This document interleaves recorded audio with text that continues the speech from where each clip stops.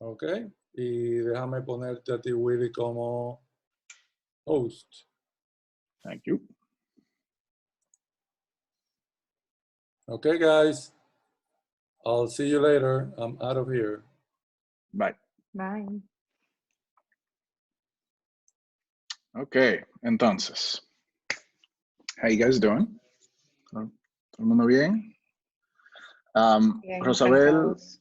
ay sí, Rosabel, Isa, aquí te presento a Eric, Shirley, Jacobo y Priscila. Son de Q2 de Miami Ad School, el grupo nuevo de nosotros. Bueno, para empezar, para los que estaban en el orientation de estudiante, entonces obviamente Rosabel, Isa, you guys weren't there. A couple ground rules. Primero, la clase va a ser en inglés. Yo voy a ser el que estoy hablando en inglés. Ustedes pueden hablar español todo lo que quieran, me pueden parar y preguntar, hey, no entiendo esto, no entiendo eso. ¿Verdad? Let's roll with it. La única razón es porque el material mío está en inglés y yo te puedo dar más información en inglés que en español. Para los proyectos de la clase pueden presentar en inglés, español, francés, lo que quieran. Pueden hacer su proyecto de cualquier forma. Eso no hay problema, ¿ok? Como dijimos en el orientation, nosotros vamos a tratar, bueno, ustedes como todos me conocen, yo puedo hablar las 3 horas completas y la voy a hablar completa. Pero vamos a tratar de hacer breaks más frecuentes para darle un chance. Lo voy a hacer de 5 minutos. Van a ser cada 30 minutos, 45 minutos. Si necesitan coger un break, me dejan saber. Y podemos coger ese break. Lo que sí le voy a pedir es que ese break es 5 minutos en punto para poder seguir, ¿ok? Esos breaks son para que tengan tiempo de jugar en Instagram, ir al baño, arreglarse el cabello, lo que quieran, ¿verdad? Lo que le pido es mute y apaguen el video para no oír o ver cualquier cosa que no queramos ver. ¿Cool?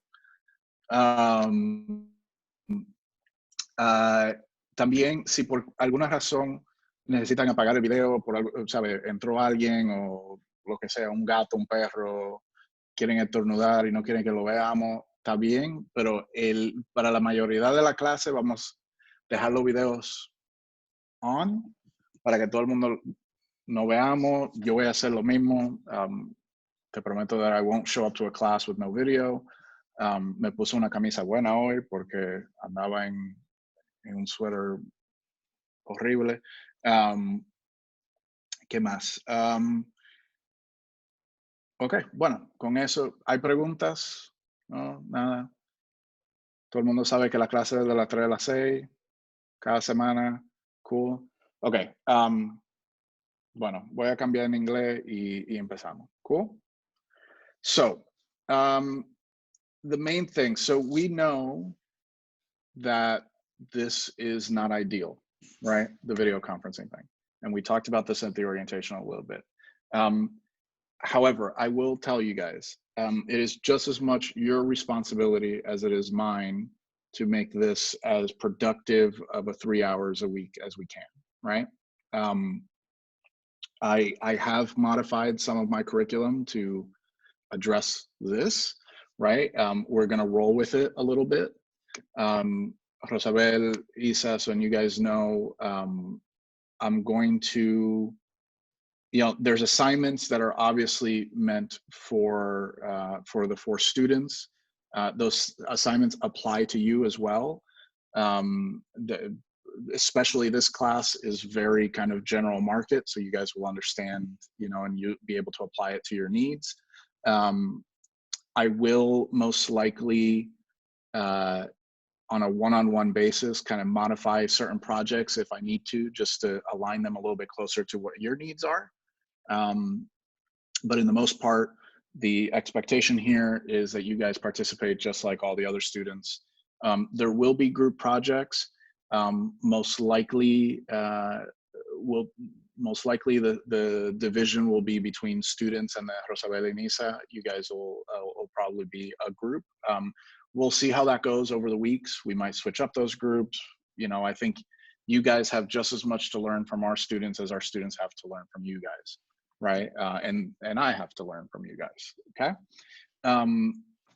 Like I said, I talk a lot in my classes, but it is meant to be a conversation. So I know that in a room, it's a lot easier to raise your hand and stop me and say like, hey, I have something to say. In the case of Zoom, we have to do a little bit extra effort there, but don't be scared to unmute yourself, stop me, ask questions, have a conversation. That's kind of the gist of it, okay? So with that, I'm gonna start sharing my screen. We'll go through this stuff. I always say that this first class doesn't take the full 3 hours, and then it ends up taking the full 3 hours. So we'll see, okay? So let me, I tested parts of this out a little while ago, so this should work. Sound, optimize screen. There we go. Okay. You guys see that? All good? Okay. I am actually going to shut down a couple other programs that I have here so that they don't make noise. Slack, email. Jesus, I have way too many things open. Okay, cool. So now that you guys see that, let me move this over here. All right. So brands and branding, right? You guys see that? Full screen, all good? Great. Okay, so. Hold on, there we go. Now I can see you guys. Okay. So brands and branding. This is not a logo class. I'm going to put that out there right up front, right? Though identity design is a very important part of brands and branding, the point of this class is mainly to talk about how to create and work inside of brands, both big and small, right? I'm going to try my best to show you guys examples and conversations from my career that are at both the kind of enterprise, large scale, and kind of smaller scale, so to give you guys a sense of how those principles apply. But the class is really based on a couple kind of key principles that I've learned throughout my career and that I've used pretty consistently across all types of brands that I've worked on. And there's a couple kind of big principles about what brands are and how they should operate, right? And I use these same principles with my clients. As a matter of fact, I use a very similar conversation to this with my clients. And I also use these in my day-to-day work, right? So before we get to that, let's talk a little bit about you guys. So I'm gonna go around kind of the room, and I want to hear from you guys, English or Spanish is fine, about kind of your experiences with brands, what you look for in a brand, what you think the brand world is as a creative, and maybe a couple expectations that you might have of this class, so that we can kind of roll through that. So with that, Eric, I'm going to start with you, and then we'll kind of go around. ¿Qué tal? Bueno, en mi caso ya yo tengo un tiempo trabajando con marcas. He trabajado tanto de pequeñita a empresa personal, a cero de cero, a trabajar a PepsiCo, por ejemplo, que es grande, tanto regional y todo. En esta clase, pero ve más o menos, algo que yo he escuchado mucho es como que todo al final del día que haga una marca es branding y es advertising. Entonces, eso que te acabo de decir de cómo vamos a operar within a brand, eso creo que como llevarlo entiendo que aquí vamos a ver cómo llevarlo al punto extremo y sacar lo mejor posible de ahí. Más o menos, quizás entiendo que eso es lo que vamos a ver. Great. Jacobo? Hola, ya algunos me conocen, la que no Yo, antes de iniciar Miami Art School, simplemente estudiaba un poquito en la casa, como video en YouTube, un PDF que me descargaba, sí, cosas básicas. Luego entonces cuando entré a la escuela, fui aprendiendo un poquito, que fue lo que más aprendí en el primer quarter, que fue sobre los insights, los conceptos y las ejecuciones, porque era algo que no manejaba mejor, pero ya ahora sí lo estoy haciendo. Y en esta clase simplemente como que espero a concretizar una marca con lo que realmente dice la marca, como que con la escritura más lo que es la marca en general, lo que cuente, yo quiero que también se vea, como que aprender a hacerlo así, como que lo que de verdad es la marca, eso mismo conceptualizarlo para que la gente no tenga que ni siquiera coger lucha y lo entienda rápidamente.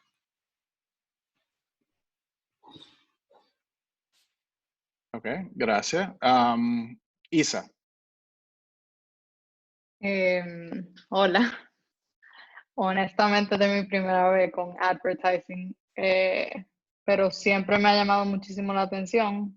Yo me gradué hace un año y medio, la verdad no tengo mucha experiencia con brands como tal, pero sí me parece súper interesante lo que conlleva un brand y el branding. Y yo quiero introducirme a lo que es la importancia y todo eso. Entonces, eso. Cool, cool. Bueno, Isa, you bring up a good point that I wanna bring up to the rest of the group as well.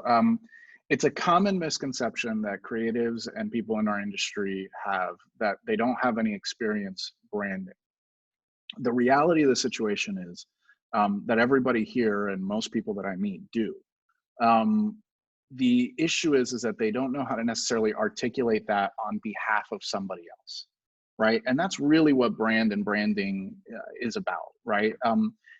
All the principles that we're going to talk about are based in the user, in us, right? In things that we fundamentally know as humans about how we interact with corporations and other people, right? And we'll talk a lot about, as the class goes on, we'll talk a lot about how brands are relationships and how that actually works and what is kind of the relation between things that we understand as me talking to you versus me talking to a company, right? There's things that do apply, there's other things that are different.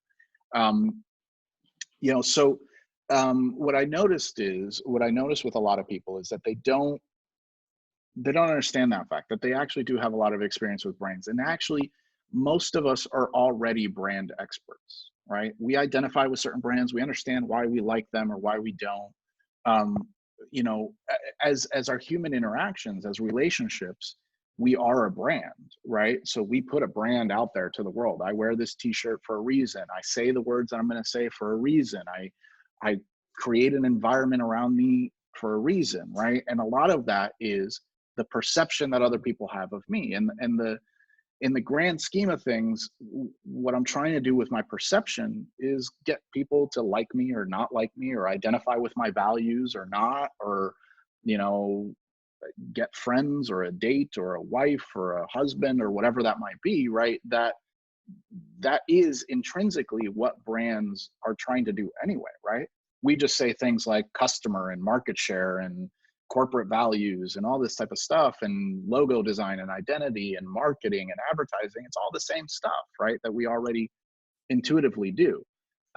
So one of the things I'm going to push you guys to in this class is to identify those personal situations that you've been in or communications that you've done, and then analyze those, deconstruct them, and understand how you can eventually do that for somebody else, right?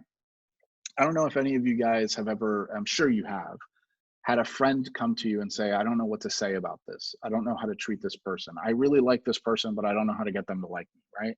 I know I have. I know I've gone to other people to ask for that, and I'm sure you guys have all done that.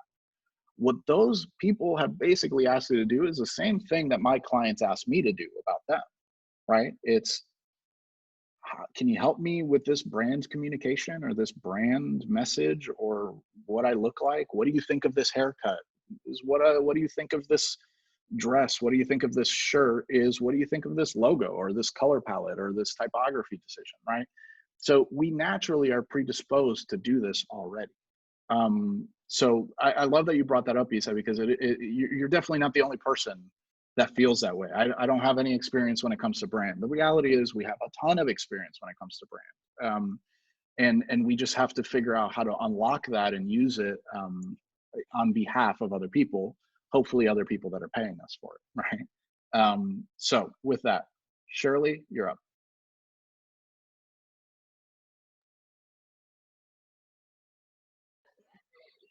Okay, so yo soy diseñadora de interiores, de hecho me gradué hace ya casi 2 años y decidí tomar la clase de Art Direction en Miami Art School.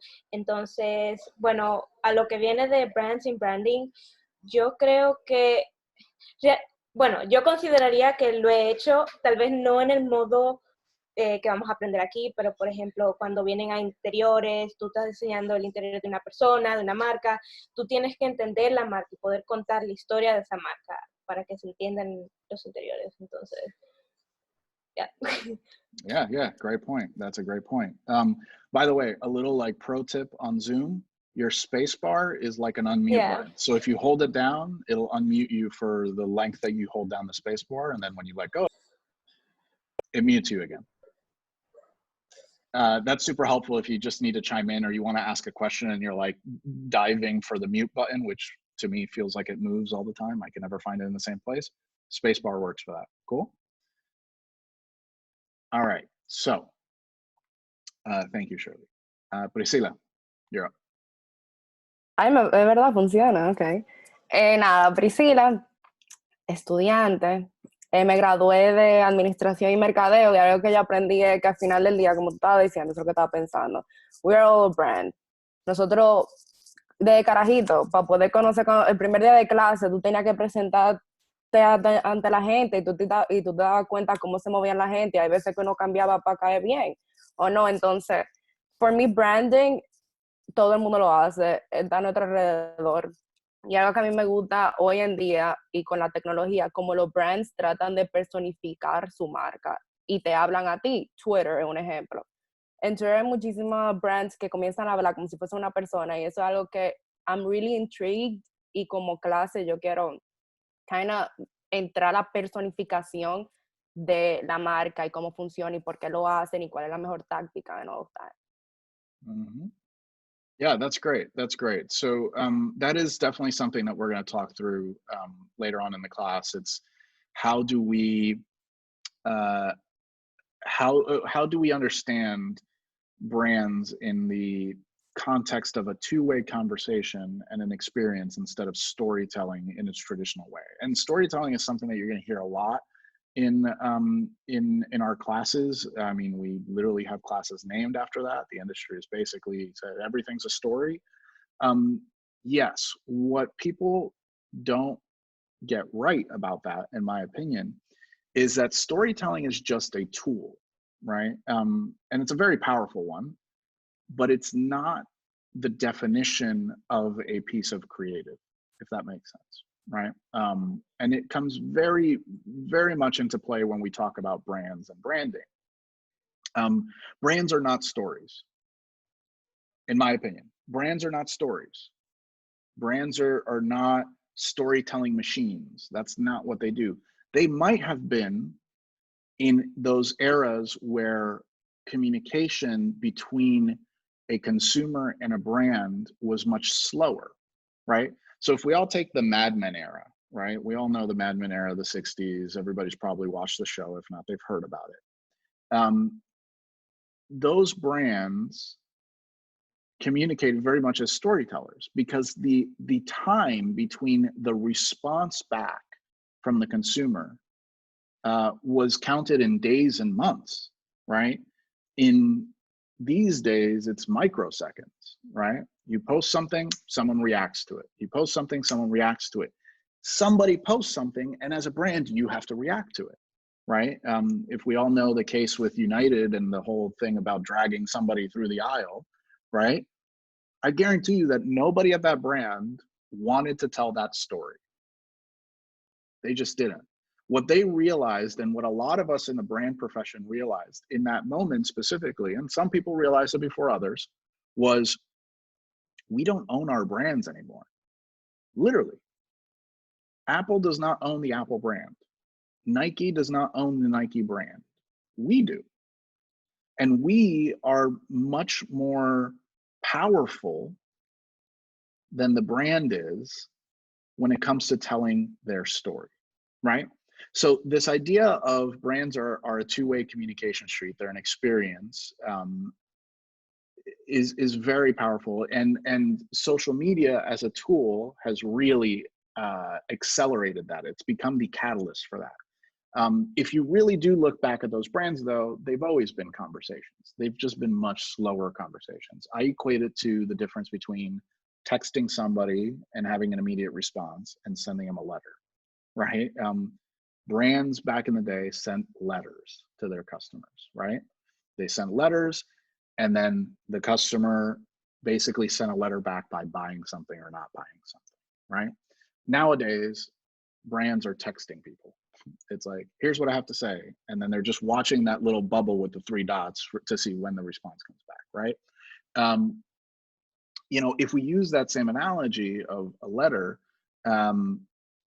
if you look back as to how people wrote in the times of writing letters, right? We talk about it like it's so long ago, but you know, the times of writing letters compared to the language that, let's say, a 13-year-old uses on Snapchat or text messages now, they're fundamentally two different languages. Matter of fact, they're probably more different than English is to Spanish, right? They were much more, again, one-way conversations. They were much more storytelling, right? Listen to the amazing thing of da da da da da da, and then you'd write for 3 pages and then send it out, right? But you weren't getting any immediate feedback as to whether that would be something interesting. Nowadays, you send it in quick bursts, right? Let me tell you something. Oh yeah, what do you have to say? And then this happened, and then that happened, and right? And then there's a constant feedback loop. You know, whether it's like, oh, okay, or like, oh, that sucks, or shit, that's crazy, or blah, blah, blah, right? That's very different than writing a letter. So brands are going through the same evolution, and should be, some aren't, right? And we'll talk through those, but brands are following that evolution, and creativity, and specifically creativity when it comes to communication, which is the business that we're all in, it follows that same narrative structure. It follows that same evolution. You know, when people ask, what's the next thing that's going to happen in brands?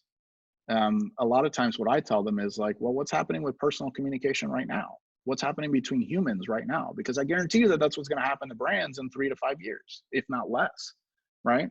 So there's no sense in trying to predict the future if all we have to do is really do the research and apply it to brands, right? And a lot of things are happening in that already. There's a lot of very smart people in the brand world that are predicting what is going to be the necessities of branding in 3 years. And all of them are based in anthropology and human studies, right? And not just how they interact with brands, but how they interact with each other, right? So that'll kind of weave in and out of this class. And I don't have a tendency, or I try not to have a tendency, because I can, but I try to not make brands too scientific of an endeavor. There's definitely brand professionals that do.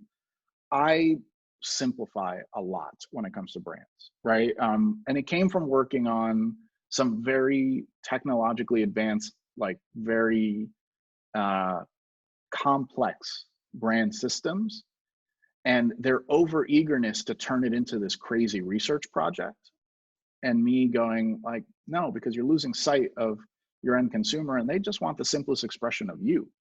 And you give them the simplest expression of you, and they'll come around, right? So that's kind of what we're going to do with this. Rosabel, you're up. Hi, I'm gonna do it in English. So I'm Rosabel, and so I've been working professionally on the agency side for now over 10 years. So I do have experience with brand because I worked on the account team side. which is where I need to get to know my client, the brand, and then I have to be able to defend or be the guardian of what they want to represent to the rest of the team, whether that be a production team or a creative team or the art director or the, you know, I have to be able to always watch out for them. So I learned really early on. I didn't know this like coming out of like school or joining an agency. I had no, you know, I didn't really know, like most people are like, oh, we don't know anything about brand. But very early on, I found out that I really needed to get to know the brand. That's, you know, I wanted to get to know them so that I can then speak on their behalf and make sure that what they were asking, I could be like that filter before it goes back to them, because the hopes is always that what goes back to them is like, yeah, you get me. That's what we're trying to show people. So as working with brands, I just and I found that super interesting because every brand had their own specific thing that's about them, and after you start working with a brand for a while, then you start acting like them. So but that also helps too when you're executing your work. Then you know, if you understand them and you also feel what they're trying to say, it makes it, I feel like, you know, obviously would make the job easier because we were in sync with what they were looking for. For this class, the course, I wasn't sure like if I wanted to. I'm still, you know, so I'm happy that I saw that the first class I could check it out, because I don't know really how deep into it you were gonna get, if it was, you know, but I am hoping to gain maybe some new relevant knowledge, information. You know, obviously you have tons of experience, so seeing what I can know, we always have to continue to learn. So I'm sure that there are things that I can pick up that I can continue to apply now with my future projects or my current projects. So that's really what I'm looking for. And also the opportunity to also see others people's thoughts and ways of thinking about this particular topic, that also will help deepen, you know, I think it would enrich what I already know, and hopefully, like, that's what I'm hoping to learn, that I can apply those things. Yeah, I think that's a great point. And you know, I hope that you do end up seeing kind of how this class can help you out.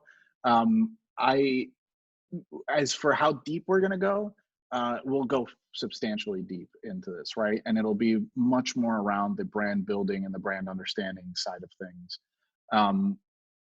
This is, though there's technical aspects to this class, it's definitely not a technical class. Like I said, it's not a logo design class, but it will dive pretty deep into the depths of brand building, right? Everything from strategy to execution to how to properly put yourself in the mindset of a brand, how to communicate for them. You know, I love the comment that you made about becoming your clients, right? Because I identify that with that a lot. And at my old agency, we used to say that we were picking up a new business card, right? So when we would notice that someone kind of got into that mindset where they were speaking more like the client than they were us, we tease them and they'd say like, oh, it looks like they gave you a new business card, right? And it was just, you know, we would joke around that the logo on your business card changes, you know, based on your meeting.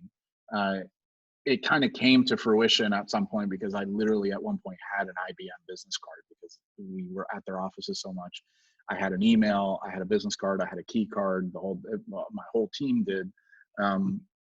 So it is, you know, it is an important part. And I used to tell my teams all the time, and I still do to this day, you know, no matter what the client is, if you don't start caring about that client as if it was your own job, you're really not going to be successful in this business, right? Which is also why it's so important to truly believe in the values of the company you're working with. You might not be intimately interested in their product or maybe even some of their tactics, or you might never want to work there, but you fundamentally have to understand where they're coming from and you have to love their values, right? Does not mean that you have to agree with everything, right? And I ran into that issue when I used to work on IBM. I didn't agree with 80% of how they ran their business or how they did their business or the people that were there. But I fundamentally understood what they stood for and what they were trying to achieve. And I found the pockets inside of IBM that I did feel resonated with my values. And I concentrated on those things, right? And I worked hard to pull those up through the company, because that was my way of influencing that brand, was saying, these 5 things that you guys value are really important. And if as a brand professional, if I could bring that to the forefront of your brand in an appropriate way, in my opinion, you're going to become a better brand, right? So, and when you have those forces happening at a large scale, when you have groups of people doing that, you minimize the risk of that being a monolithic idea, right? Because the reality is the IBM brand shouldn't be the Willie brand. It should be a collection of the community that is around that brand, including the clients and the agencies and the customers, right? So that's a great point that you bring up. Okay, so with that, let's kind of move through here a little bit more. All right, so we talked about the class a little bit. You know, it's pretty straightforward. I talked about that at the upfront. Again, this class will be far-reaching in the things that we talk about, but we will kind of dive very deep into certain portions of it, and we'll make sure that those deep dives are going to be different for each one of you, right? And intentionally so. You know, Rosabel and Isa and Jacobo and Eric are going to have very different needs out of a brand class than, you know, Shirley and Priscilla and the rest, right? So I urge you guys, again, it's just as much your responsibility as it is mine to make sure that you're getting what you need out of this class, right? And I'll ask you in the continuation of this class to keep yourself and keep myself honest on that, right? Making sure, hey, this is really a thing that I think I can dive deep on and really get something out of, then this class is made for that, for you to dive deep into that arena and mine it for more. Okay. So let's see. You guys have heard of a million things. You guys have heard me talk about my work before and what I do and some of my background. Nunca, Willie, nunca. Through here, in this case, and no, never. Yeah, exactly. So I cut this down quite a bit. What I will say is, if you're interested in a certain part of this, and for me, and I'll touch on pretty much all these clients throughout the class anyway, because I use them as examples. But if you're interested in a certain aspect of my career, let me know, and we can talk through that in more detail. All right, so as you guys know, this is my background. I worked at VSA Partners for a long time. Was there for about 9.5 years, Chicago and New York. Ran about $35 million worth of business by my time out the door. Some of those clients, as you guys know, included Converse. They included Cole Haan, Motorola, IBM. There was a ton others, right? Currently, I'm working with the Statue of Liberty. I've worked with Bloomberg and Fidelity, and did a couple projects with Nike, so quite a few. Couple shadow projects actually with Apple through IBM. It was a weird thing where we were working on it, but we couldn't say we were working on it. A lot of clients do that. Xerox, I rebranded Xerox. You guys have seen this before. And Xerox, I'm actually stopping here for a second because Xerox is actually the brand that I'm going to use as an example for this class, a specific moment in that. But what I will tell you is what I learned in a lot of these clients and working with a lot of these clients, IBM specifically, because it was the client I worked on the longest, is a little bit of what I told you guys earlier, right? Brands can be highly complex machines, right? And they're a very interesting puzzle to solve a lot of times. And I have found, and a lot of the people that I've worked with have found, that the secret to those puzzles is usually taking it back to simple human emotion. And we do that in a very specific way, and that's what today's class is about. There's a really simple two-part formula that is the foundation of every single brand engagement that I've worked on. And that's what we're going to go through today. So before we dive into that very deep, right? Before we dive into that example, do you guys want that break that we talked about, or are you guys good to kind of power through? Everybody seems okay? Everybody seems good? Yeah. So let's say something, right? It's 3:38 right now. I'm going to plan that by at least 4:15, we're taking a quick break. Is that fair? Okay, cool. If we need one before then, just let me know. All right. So I said we were going to talk about brands. Let's talk about brands, right? Let's dive right in. The first one that we're going to talk about is a specific case that I had happen working on the Xerox account when we were doing that refresh. And it's what I call Xerox and the Bright Happy Millennials. Now, when we were working on the rebrand for Xerox, one of my clients at one point called me and, or rather we were on a conference call, and she said, I noticed that she was very agitated. She seemed a little kind of distraught, a little tense in that call. And at that point I had gotten pretty close to her in the sense that I felt comfortable reaching out to her and saying like, hey, what's up? What's going on? So I did. I called her after the meeting and I said, hey, her name was Kathy. I said, hey, Kathy, what's going on? And she said, no, you know, it's just, God, you know, this brand refresh thing really has me stressed out. You know, we keep trying this and it's always beautiful and it just never really works. And as you guys know, Xerox wasn't in a great position, you know, 5-6 years ago. They were kind of disappearing. They were kind of going down the round of Kodak. And they had made some really important business decisions that are part of the reason why they still exist, right? And this refresh was part of that. Not to say that our refresh was the reason why they still exist. The business decision they made before the refresh is why it still exists. And I said, okay, Kathy, what's going on? And she's like, you know, if you just saw what I deal with every day. She was a brand manager for Xerox, right? So she was on the ground managing the brand. And I said, okay, well, what keeps you up at night? What's the one? I love asking that question to my clients, regardless of what it is. I just tell them, like, what keeps you up at night? Because 9 times out of 10, it's not what we're briefed to do. It's not what's in the scope. It's something much, much more personal. And frankly, that's something that's going to bring us much, much more success when we do it. And I said, Kathy, what keeps you up at night? She goes, you know, I have this issue. We do these big giant brand refreshes and these big guidelines and stuff like that. And I still end up fighting with all the different regions that have to execute this brand on a daily basis. She goes, I get 200 emails a day from all the brand managers around the world asking me to approve work. And a lot of it is just wrong. And there's no way to get through to them to get them to do better work, right?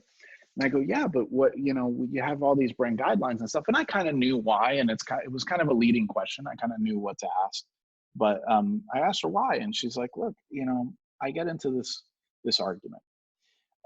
They do things that are not on brand, and then they argue with me, and they say that it is. And then they use my own brand guidelines against me to prove their point. And I said, well, shit, that sucks. You know, how can we help you with that? And she goes, let me show you an example. And she started sharing her screen, kind of similar to what we're doing now. And she shows me a photo. She pulls up an email from one of their representatives in Sweden, I want to say it was. It was one of those kind of Nordic countries. And she says, you know, let me give you a little context. This person runs our black and white toner business in Sweden, right? So black and white ink in Sweden. It says, and they were building an ad, and he was sending me a photo to be approved. And I said, okay. And she goes, look at what he sent me. It's not on brand. But he literally quoted a paragraph in my brand guidelines to argue with me to say, yeah, it's on brand. Get off my back. It's right. Right? I said, okay, well, show me the photo.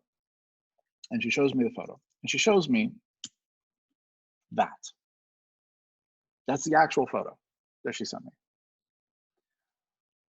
And I say, well, yeah, no, that's way off. I mean, remember, we're talking about Xerox, and we're not just talking about Xerox, we're talking about Xerox black and white toner in Sweden. And I go, well, how can I help you with this? And she goes, I need to fix the brand guidelines so that I avoid this. And her initial thought, like most brand managers, is I got to put a bunch of things that you can't do. I need to build a library of photos that you can't use. And I was like, no, that's not going to help. And she showed me the line and she said, well, he told me this was right because in the guidelines, we say that photography should include bright, happy millennials. And when you look at that and you say, well, shit, yeah, those are bright, happy millennials. He's right. It's on brand. According to guidelines, that's on brand. It has nothing to do with black and white toner. It has nothing to do with Xerox. I don't think these people have ever used a printer in their fucking life. They live out of a van, apparently not very neat because there's clothes all over the place and a fucking guitar in the back seat. But yeah, we're going to sell black and white toner with this. So we sat down and we came up with, two solutions, and I'm going to talk about one of them, right? One of them was a technology solution. My technology team and I, we built essentially an AI tool to funnel all of these requests through, and we taught the AI system to recognize on-brand photography and off-brand photography, and we got it to the point where it would basically take that middle about 60%, right? There's like a 60% in the middle of that decision, which we call kind of the gray area. Things that are just obviously not, well, let me take that back. It's actually flipped it around. It takes the 60 top and bottom percent off, right? So 30 and 30. It takes those off and it automatically either approves it or unapproves it, right? Because those are obvious cases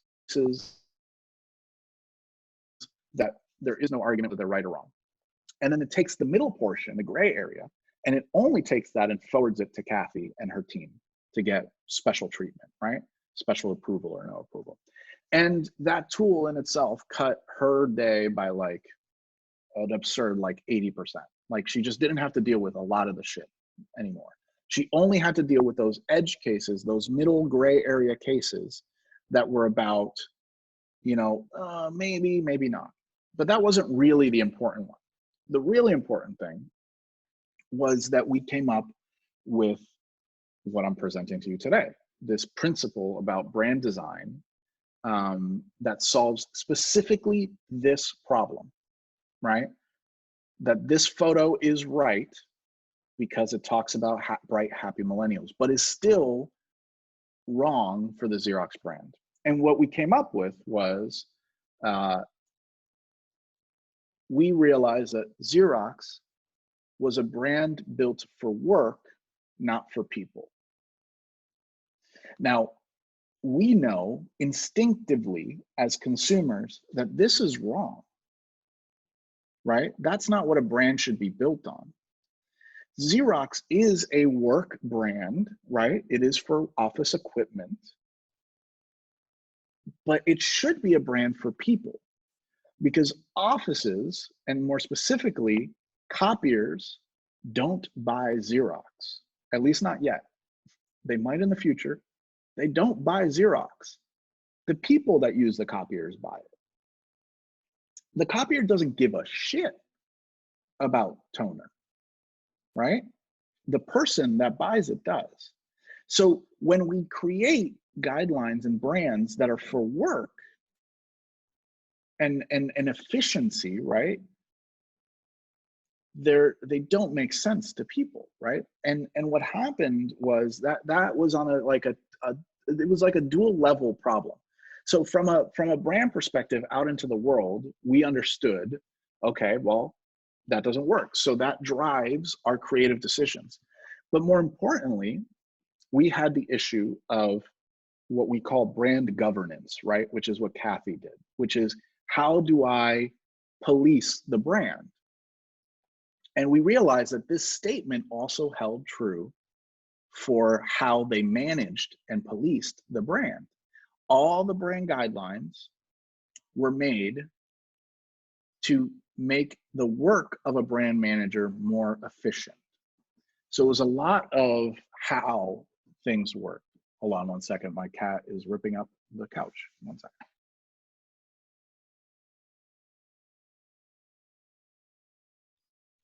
Yeah, literally. He was ripping up the couch behind me. So I had to do that. All right.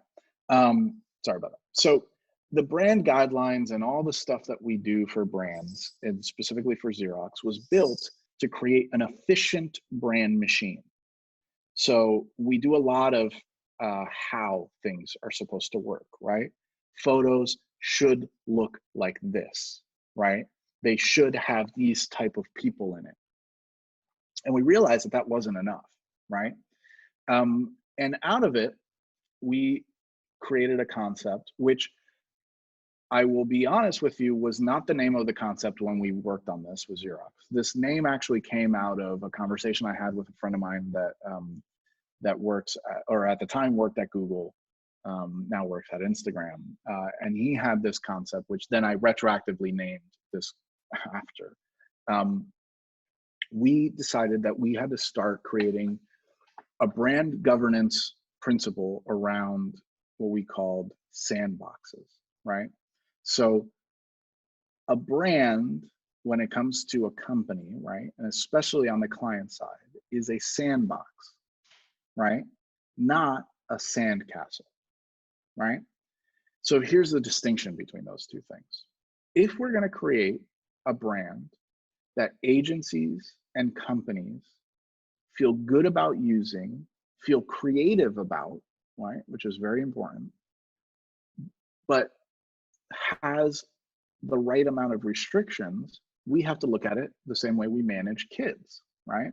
So none of us in this group have kids, I don't think. Nobody has a kid? No? Okay, cool. Nobody has kids. But I hear that when you have kids, you know, playing in a sandbox is a thing. I used to do it when I was a kid. Maybe they have it on iPad now. I don't know. But the concept of a sandcastle versus a sandbox is that a sandcastle is a precious thing that was created to look at. You're not meant to play with a sandcastle, right? Matter of fact, when you go to the beach and someone builds one of those really big professional sandcastles, there's rope around it so that kids don't get near it and destroy the perfect little sandcastle. And we realized that all the brands that we were creating were sandcastles. It was a bunch of artists creating a sandcastle and then drawing a rope around it so people won't play with it, right? But what have you seen with when you go to a beach and you see a sandcastle? 9 times out of 10, there's a little kid sitting right outside the rope with his little bucket and his cup, pretending to play with the sandcastle by building a little thing next to it, right? So if that little kid is someone trying to execute a brand, he is trying to make something that plays with the sandcastle brand, but he's doing it outside the rope and not on brand. It doesn't look like the sandcastle thing, right? So what we decided is we needed to build sandboxes. And by building a sandbox, you're literally creating a place, right, with tools and boundaries for people to play in. And by nature, and we know this by watching kids play in sandboxes, by nature, anything that is created in the sandbox is on brand because they've turned it into whatever it is. As long as it uses the tools and the sand that's in the sandbox, all those things. You've seen kids play in a sandbox and it looks like they're just playing with sand, but to them it's a construction site, it's a big city, it's a forest, it's whatever they want it to be, right? So we kind of started working on the Xerox brand in that way. And what I'm going to do is I'm going to talk specifically about that one instance with that one photo, because I think the outcome of it was really interesting. Now, before I get to that, I want to use an example that I used with Kathy at Xerox and said, okay, this is what I'm talking about, right?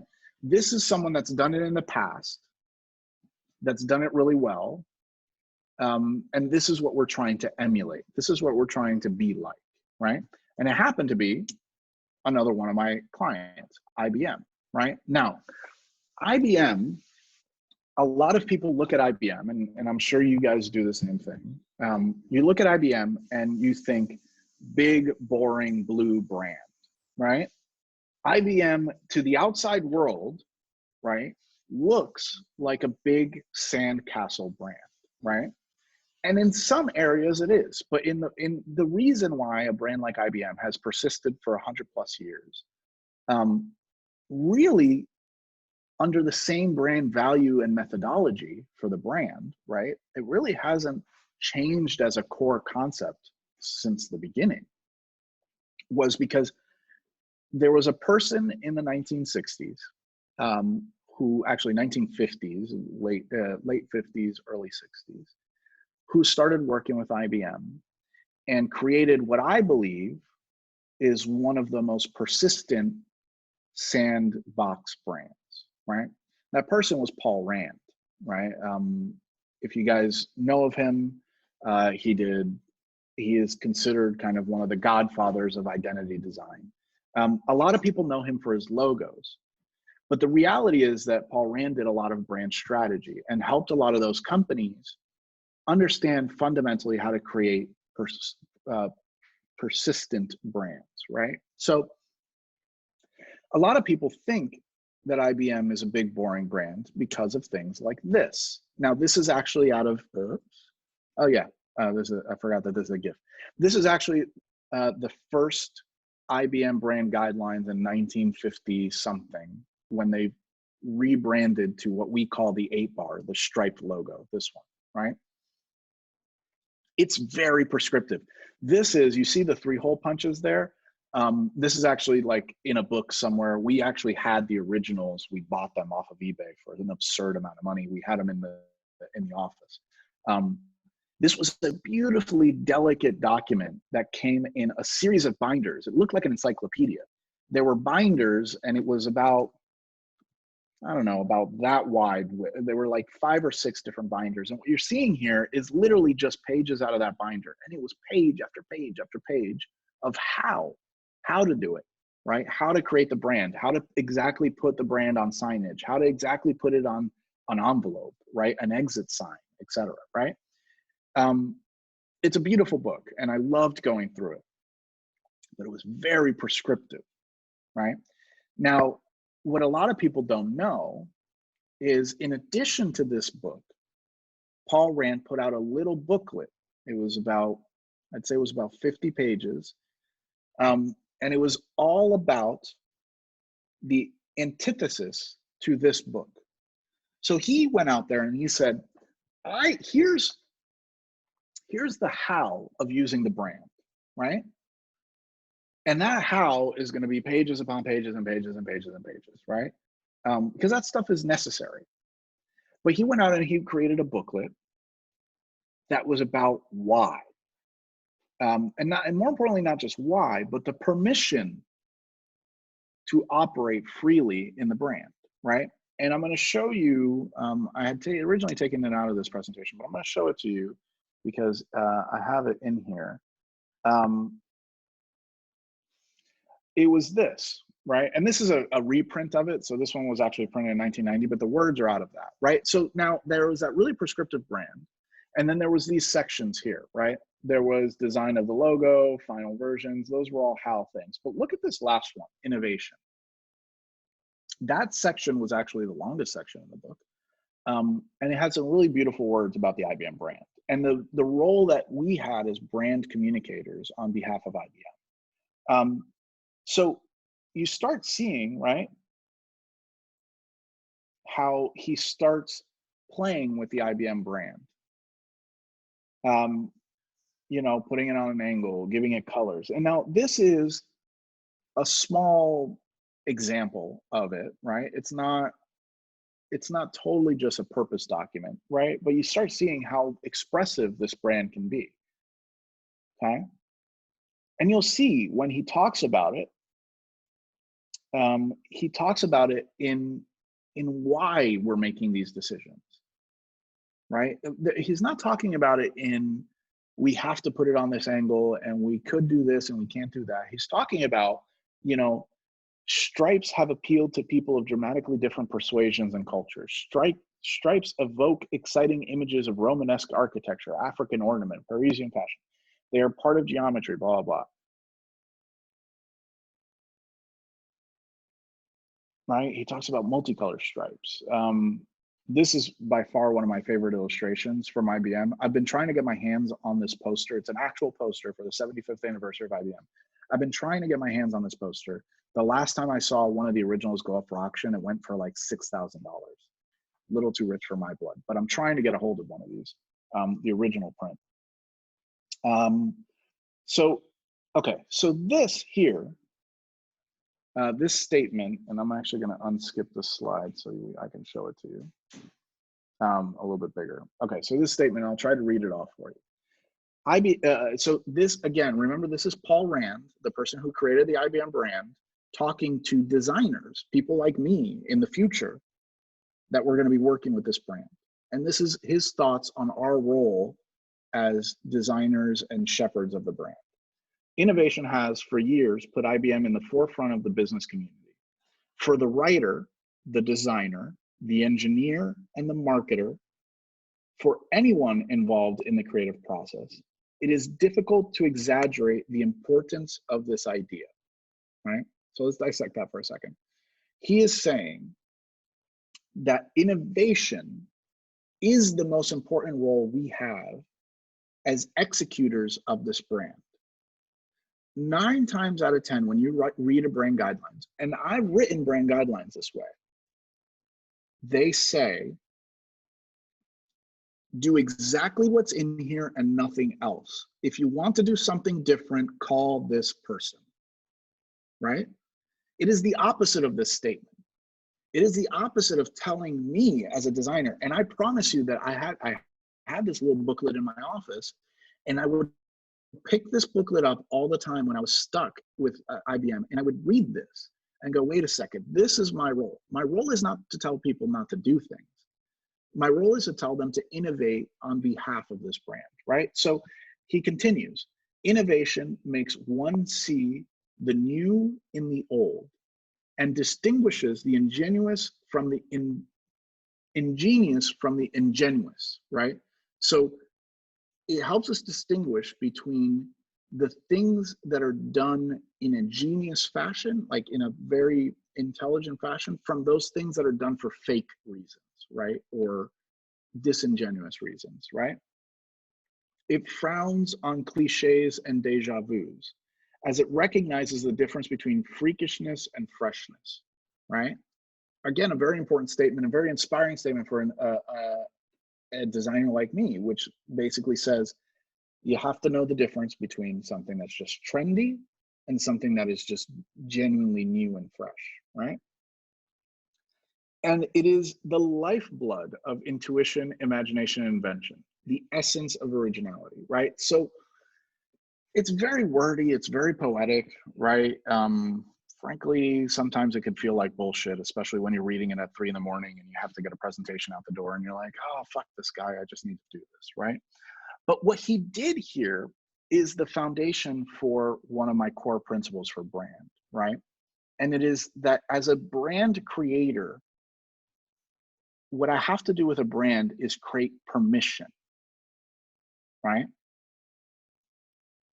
The second part of it I'll get to, but you have to create permission.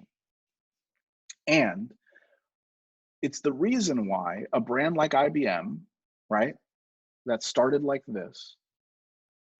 By the way, these core guidelines have not changed since this point.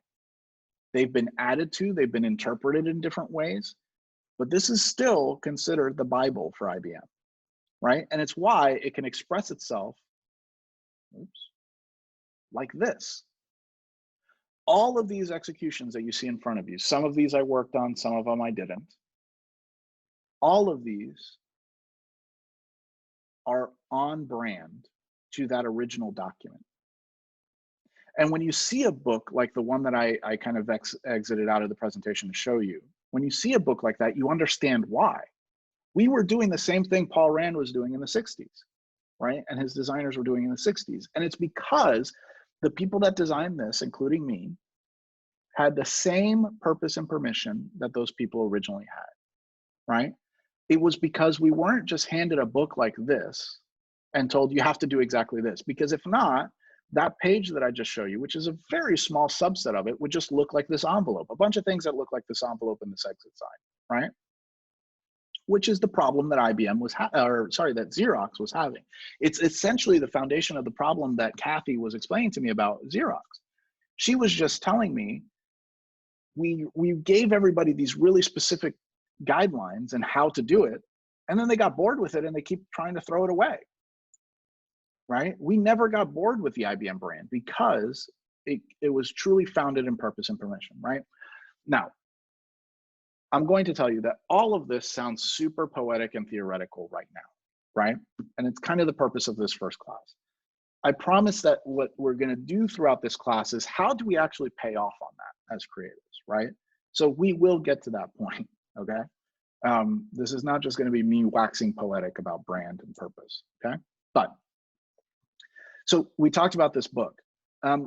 What Paul Rand basically did was create a brand that said this. And this is basically what the IBM brand operates under. Not just the design, but this drives everything at IBM. The idea of being essential to the people making the world work better, right? And this is a mantra that everybody at IBM follows, including those of us in the agencies that worked for IBM. We knew that no matter what we were doing, we were creating things and trying to be as essential as we could be for those people making the world work better, right? That is a value that no matter what they ask me to do at IBM, I agree with, right? This was the core value that for me made me feel like, oh, okay, yes, I really identify with this brand because of this statement, right? You could argue that this is very close to a personal philosophy, right? If you were to put this in front of a nurse or a doctor or a firefighter or Rosabella, a police officer, right? This is why they do what they do, right? They do it in service of those people that are doing other things, right? Okay, now here is behind the curtain of this and how we used to execute this. Now the slide I'm about to show you is something that the ex-CMO of IBM, who at the time was my client, developed with his team. And it's how he explained to people how to manage the brand. And it was something we called IBM's corporate character, right? And we affectionately used to call these the tree rings. And you'll see in the next video that I'm going to show you guys why. And then I'll pause after the video for our break. But this diagram here sat at the beginning of every single one of the brand presentations we did. And it basically, this very simple diagram was our guideline for how we made decisions around IBM. And what it's based on is, right, and let me see if, there's like a, there we go, I can annotate on this, right? Yeah, maybe. Is there a laser pointer in this thing before? Okay, never mind. Okay, let's see if this works. Can I draw on this? Oh yeah, okay. You guys are seeing that little weird square that I made there? Okay. Oh, that's not a square, that's a circle, whatever. Okay, so at the center is IBM's brand and its corporate character, right? That's the center ring. From there, we talk about how IBM performs, how it feels, how it sounds, and then what it looks like. And this was, we had a document called the IBM Looks Like, right? So when we had to make a decision about to change something in the brand or make a decision about the brand, we followed this in reverse, right? The things that are out here, right? The looks things, think colors, think layouts, think design stuff, right? As long as that stuff pays into what IBM sounds like, feels like, performs like, and what its corporate character is, we know that it will be right? Because if we make something and it doesn't sound, feel, perform, or act like IBM, then it's wrong, right? Otherwise, it can be right. We'd go a level deeper when we were writing for IBM. What does it sound like? When we were creating experiences or products for it, what did it feel like? What does it perform like is almost a case of personality, right? So we looked at what it performs like we had a saying, IBM performs like a trusted advisor, right? So anything that we made, wrote, or designed had to feel like it came from something that performs like IBM, a trusted advisor, right? And at the core, it had to follow IBM's corporate character, which was to be essential for the people that make the world work better. So if I play that out, right, IBM is essential to the people that make the world work better. Therefore, IBM performs like a trusted advisor, right, who is literally a person who helps other people perform better. A trusted advisor feels a certain way, right? So if I were to say, well, I'll pose the question to you guys.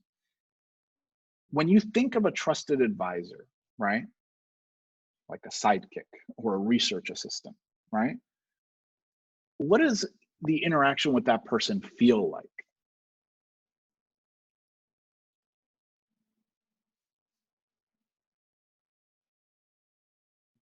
Not everybody at once. Warm. What? Say that again. Warm and safe. Yeah, safe. What else?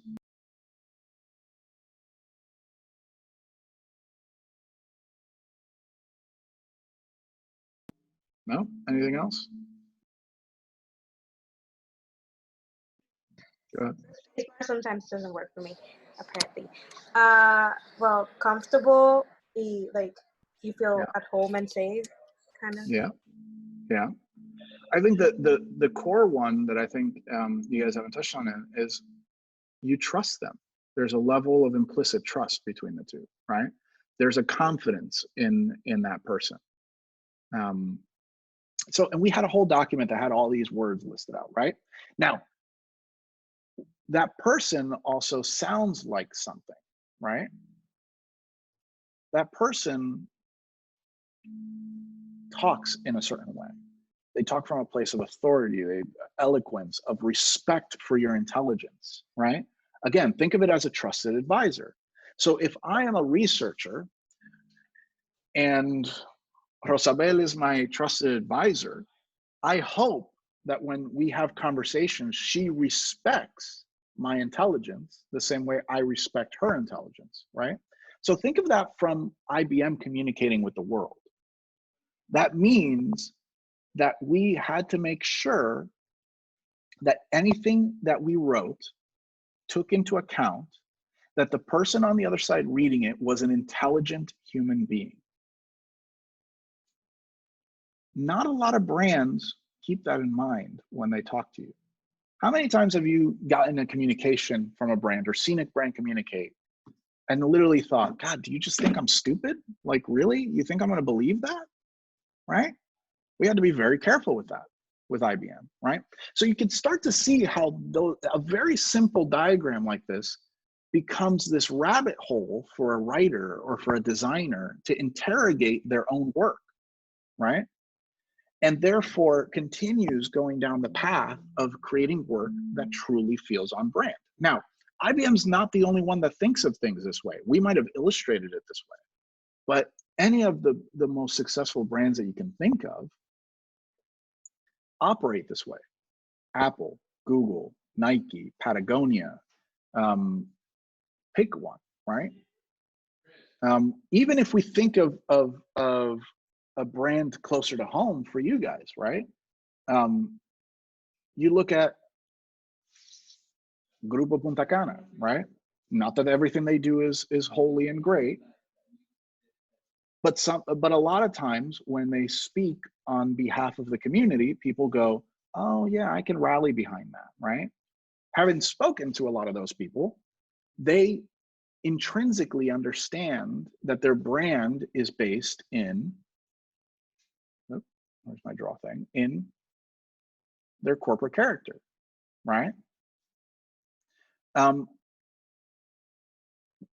As IBM, we have failed to pay this off on occasion, right? Not just myself, but in the history of the IBM brand. We definitely have failed at paying this off. Nobody is perfect at paying this off, right? But like a baseball player, you're always shooting for the batting average, right? You're always shooting to increase the percentage of times that you make this right instead of wrong. You're not looking to make a home run every single time. And that's really the key to long-term brand management, right? A lot of times people think a brand is just make the thing, get it out in the world, and it'll survive, right? It couldn't be farther from the truth. Arguably, what you do with a brand from the moment of creation on is infinitely more important than what you initially created, right? And for someone like me, who's an identity designer, who came up in this world of creating brands, early on in my career, that really fucking hurt. Because I was just making things and they were precious to me. And then I'd put them out to the world and people would be like, it doesn't fucking matter. People much more intelligent than me would be like, what you did now doesn't matter. The logo you made doesn't matter. The color you picked doesn't matter. That first version of that product does not matter. What matters is what you do with that thing in perpetuity, forever, right? That's what really creates compelling brands. Okay, so I'm going to show you a video, and hopefully this works correctly for you guys. Hopefully you can hear it and see it. If you can't, I can send it to you guys afterwards. It's up on Vimeo somewhere, right? But this is that CMO that I was telling you about. His name was John Awada. This is a video that we produced as an agency, right, that I worked on, that we used to articulate this idea of corporate character and these tree rings to both his teams and then everybody who ever worked on IBM, right? So it's a short video. We'll watch it and then we'll take a little bit of a break before we go into the next thing, okay? Let's see. There we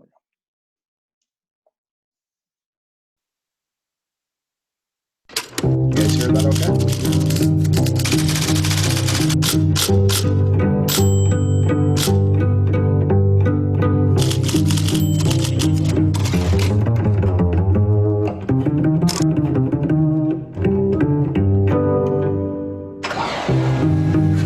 When you look through the records and the archives of IBM, you don't find too many documents that describe the management or stewardship of the IBM brand at all. Despite the fact that over 50 years and 80 years and now 100 years, the brand has grown to be quite an asset, globally recognized, respected, and valued. What I've concluded is that we don't try to manage the IBM brand, we try to manage our character as a business. And we've never defined IBM by what we are selling.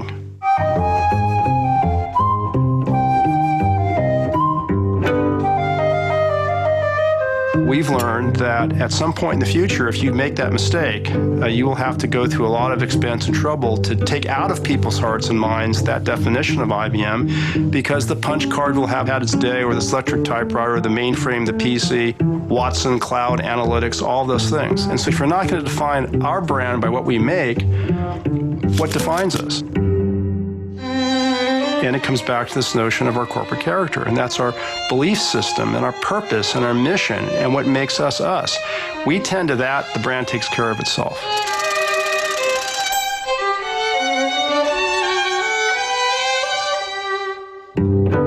Once we have a sense of what makes us us, it actually is quite clarifying. It also compels us to keep changing while making sure we don't change things that should never change and that must endure. That is very, very helpful as we make decisions every day to drive us to the future while maintaining fidelity with the company we wish to be.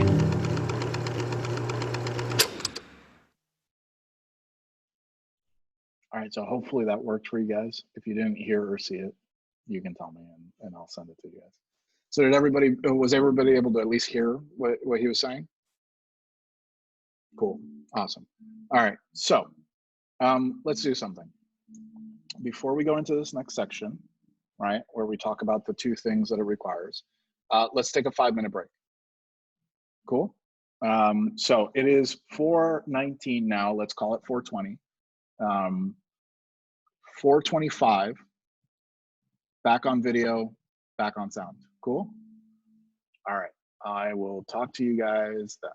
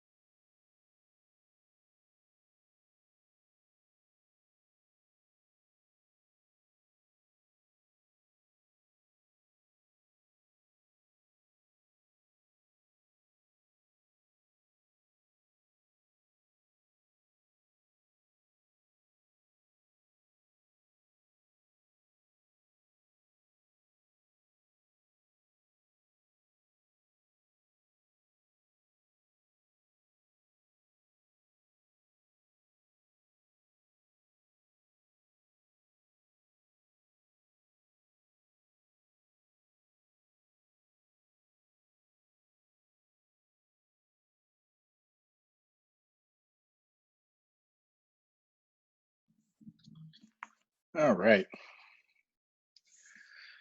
Welcome back. Everybody here. Send one more, and then we're good to go.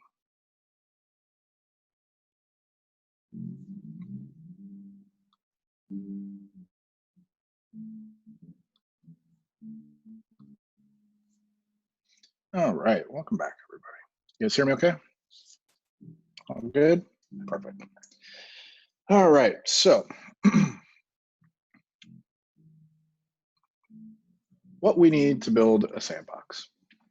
So what we came up with was that really simply, there is two parts to the equation of a sandbox, right? And we already talked about one of them. Actually, we've already talked about both of them, but this is what that means. In order to build a sandbox, you need these two things. Really, it comes down to purpose and permission, okay? So here's what we mean by purpose and permission. You have to, as someone creating a brand or managing a brand, you have to tell people why, right? You need to give them a purpose. So in IBM's case, that was be essential to those who make the world work better, right? And then you had to give them permission to play in the sandbox. You had to create an environment, both mentally and through your brand assets. You had to create an environment like Paul Rand did that gives people permission to express that to the best of their ability. Because in reality, a brand works as long as you're expressing its purpose, right? So if you're expressing its purpose, you have to be able to tell people, hey, it's okay to be original and creative expressing that purpose. And you'd be surprised how many brands don't do that. And it is an explicit thing. That's the important part about permission. Permission is never implied, okay? If you don't give someone explicit permission to do something, 9 times out of 10, they will hold back and they won't be their best self, right? Think of it as relationships, right? When you talk to your partner, or let's say your best friend or whatever, and you don't create that explicit permission between two people to, let's say, communicate. Like, hey, you can tell me anything without offending me, as long as it follows the purpose of our relationship, right? So if we're trying to better our relationship or fix something or make it more exciting or whatever that is, right? Our purpose as a partnership is for us to improve it, right? So you have permission to tell me and express yourself in whatever unique way is yours in service of that purpose, right? So if we look at partnerships, creative partnerships, duplas, right? That's really necessary. The people you work with, right? To be able to tell them, hey, you're allowed to have bad ideas. You're allowed to disagree with me. You're allowed to tell me my ideas are bad, right? As long as we both understand that that is in service of the purpose of our relationship, which in a creative partnership is to do the best work possible, right? I've been in situations, as I'm sure all of you guys have been, where that permission wasn't there. Or even worse, a situation where that permission was there, but I didn't know I had that permission. You guys ever run into the situation, I'm sure you have, where someone has told you, oh, but if you just would have told me, I would have done that, or I would have been better at this, or I would have expressed that, right? Normally that happens after something has happened that is detrimental or bad for the relationship or the partnership, right? That is because there was no implicit permission up front, right? Or some express permission up front that said, this is an open conversation. So something that IBM was really good at, and where we started driving Xerox to when we were working with them, was give permission. The way to solve this problem is not to tell the guy in Sweden he's never allowed to pick his own photography. It is, you are allowed to pick your own photography, and here's why, right? Here's what you're striving for. If we don't express the why, if we only express the how, he's not going to understand why he's picking photography. So that guy in Sweden was solely picking a photo to solve those 3 words, not to be on brand for the black and white toner industry of Xerox, right? So with that said, if these are the 2 things, how do we do that, right? So how do we play in the sandbox, okay? So when I get to this point in my conversation with a lot of clients, they say, well, Willie, that's counterintuitive, right? Because if you're going to put me in a box, everybody's always told me that the most creative people play outside the box. They color outside the lines. That is bullshit. I will tell you right now, the best creatives, the best brands play inside the box. As a matter of fact, sure, good brands play outside the box, right? Good ones. Truly great brands play inside that box, okay? Perfect example of this is Apple. Apple is extremely protective of their brand, yet they are one of the most creatively brilliant brands in the world.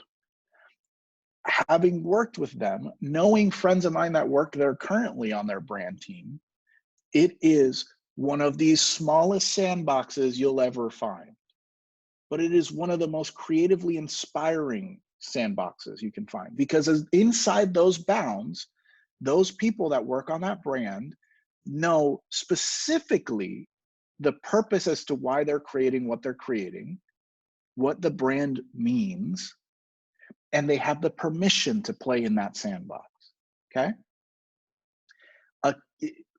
A kid literally playing in a cardboard box is infinitely imaginative, much more than the rest of us that have the ability to do and buy anything.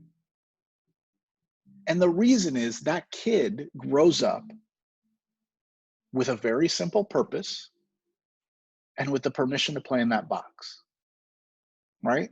They know they can be as creative as they want inside this box, right?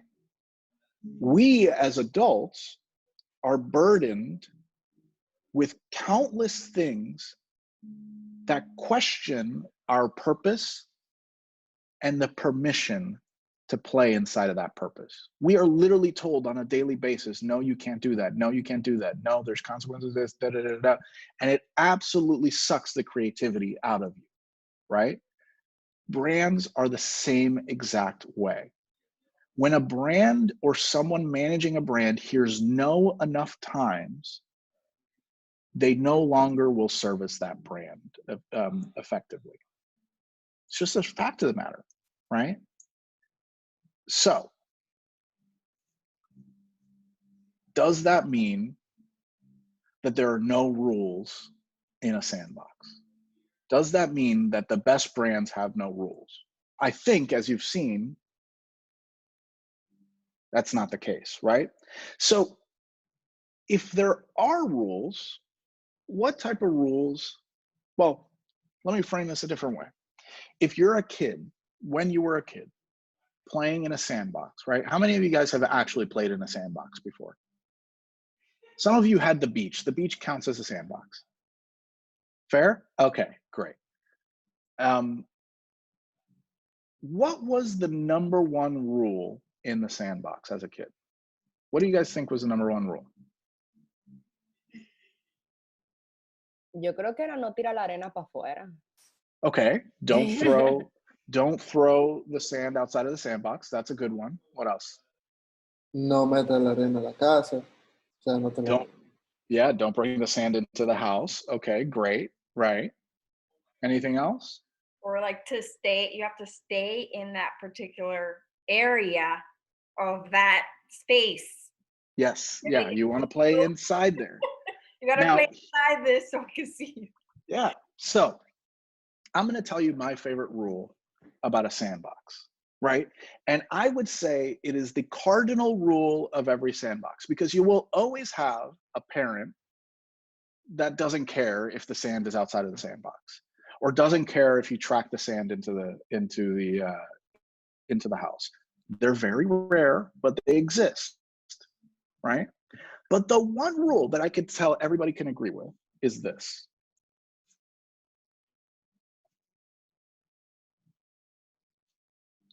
don't pee in the fucking sandbox, right? Now, I use this with clients, and I tell them this all the time, and they love it, they laugh at it, blah, blah, blah. But where this is really effective is with my teams, when I talk to them about playing in a brand's sandbox. And why did they tell us not to pee in the sandbox? Why would that be like the cardinal rule? Why do you guys think that that's like the most important rule for a sandbox? Ya tú no puedes jugar con el sand porque se vuelve como medio mud. Okay. Yeah, that's one, right? That's starting to get there. What else? Nasty, but yeah, simplemente.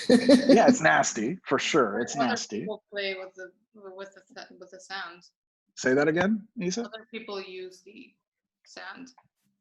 Exactly. When you pee in the sandbox, nobody else can play in the sandbox anymore, right? So when you pee in the sandbox, literally everybody has to leave the sandbox, right? And nobody can play in the sandbox. You've ruined the sandbox for everybody. So what I tell my teams when they're working on a brand is, don't be that person that pees in the sandbox. Because if you don't respect the sandbox, none of us can play in the sandbox. There goes everybody's permission to play in the sandbox. Get the fuck out of the sandbox. Nobody gets to play in the sandbox anymore. I'm turning it into a fucking garden. That's it, right? That's what happens. So people look at that and they say, well, that means that I can't be creative. If I can't do whatever the hell I want in a sandbox, it means I can't be creative. Bullshit, right? Because the fact of the matter is, and all good creatives know this, and this is something that I stole from a very good creative that you guys will know. If you guys have ever heard of Jessica Walsh, right, the designer and illustrator, this is something that she says a lot. She actually has a whole presentation that she does on this, which is fantastic. But creativity comes from constraint and permission, right? So the most creative people are the ones who understand how important constraints are to the creative process. Blue sky thinking, a blank page, is the worst thing you can tell a creative. And I've seen it happen time and time again with students, and I definitely have seen it happen time and time again with my teams. When I sit down with them and somebody says, this is blue sky, that's it. I know coming out of that meeting that there won't be great ideas coming out of that meeting. There might be good ones coming out. We might get lucky, but it's not going to be the most creative work for that team. My most successful creative brainstorms with teams are when we sit down and we are highly constrained, whether that's through budget, whether that's through culture, whether that's through brands, whether that's through time, anything like that. The most creative ideas come from constraint, right? The same way that we know that the most humankind has innovated out of necessity. Not because someone said you're allowed to have the blue sky. That's not where innovation comes from, right? The car wasn't invented because someone sat down and said, what's a new thing that we can make? No. It came from the fact that they weren't moving fast enough with horses, that they weren't moving efficient enough, right? That the horses were shitting in the street, right? Those were all constraints. And they said, oh, well, why don't we make this machine that goes clank, clank, clank and you know, replaces the horse, right? I think that's how it worked. I don't know, but I'm assuming that was the thought process, right? So Constraint and permission equals creativity. So again, when I deal with a client like IBM that has a ton of constraints around the brand, when they gave us permission, and not just me, but designers throughout time, you ended up getting this turns into this, right? Now, these are, all three of these are examples from the 1960s, right? And the ones that I showed you before were much more recent. But all of them came from a constraint and permission to play inside that sandbox, okay? Now, if you look at this from a brand perspective, if you look at it from an identity perspective, especially my favorite poster in the world, number 75 over here, right? The 75th anniversary. None of those logos that are on that number 75 break any of the guidelines for the IBM logo. They're all rendered in what at the time were approved IBM colors. Notice how none of them are flipped, they're only rotated, right? So they're not stretched, they're not pulled, they're not like that.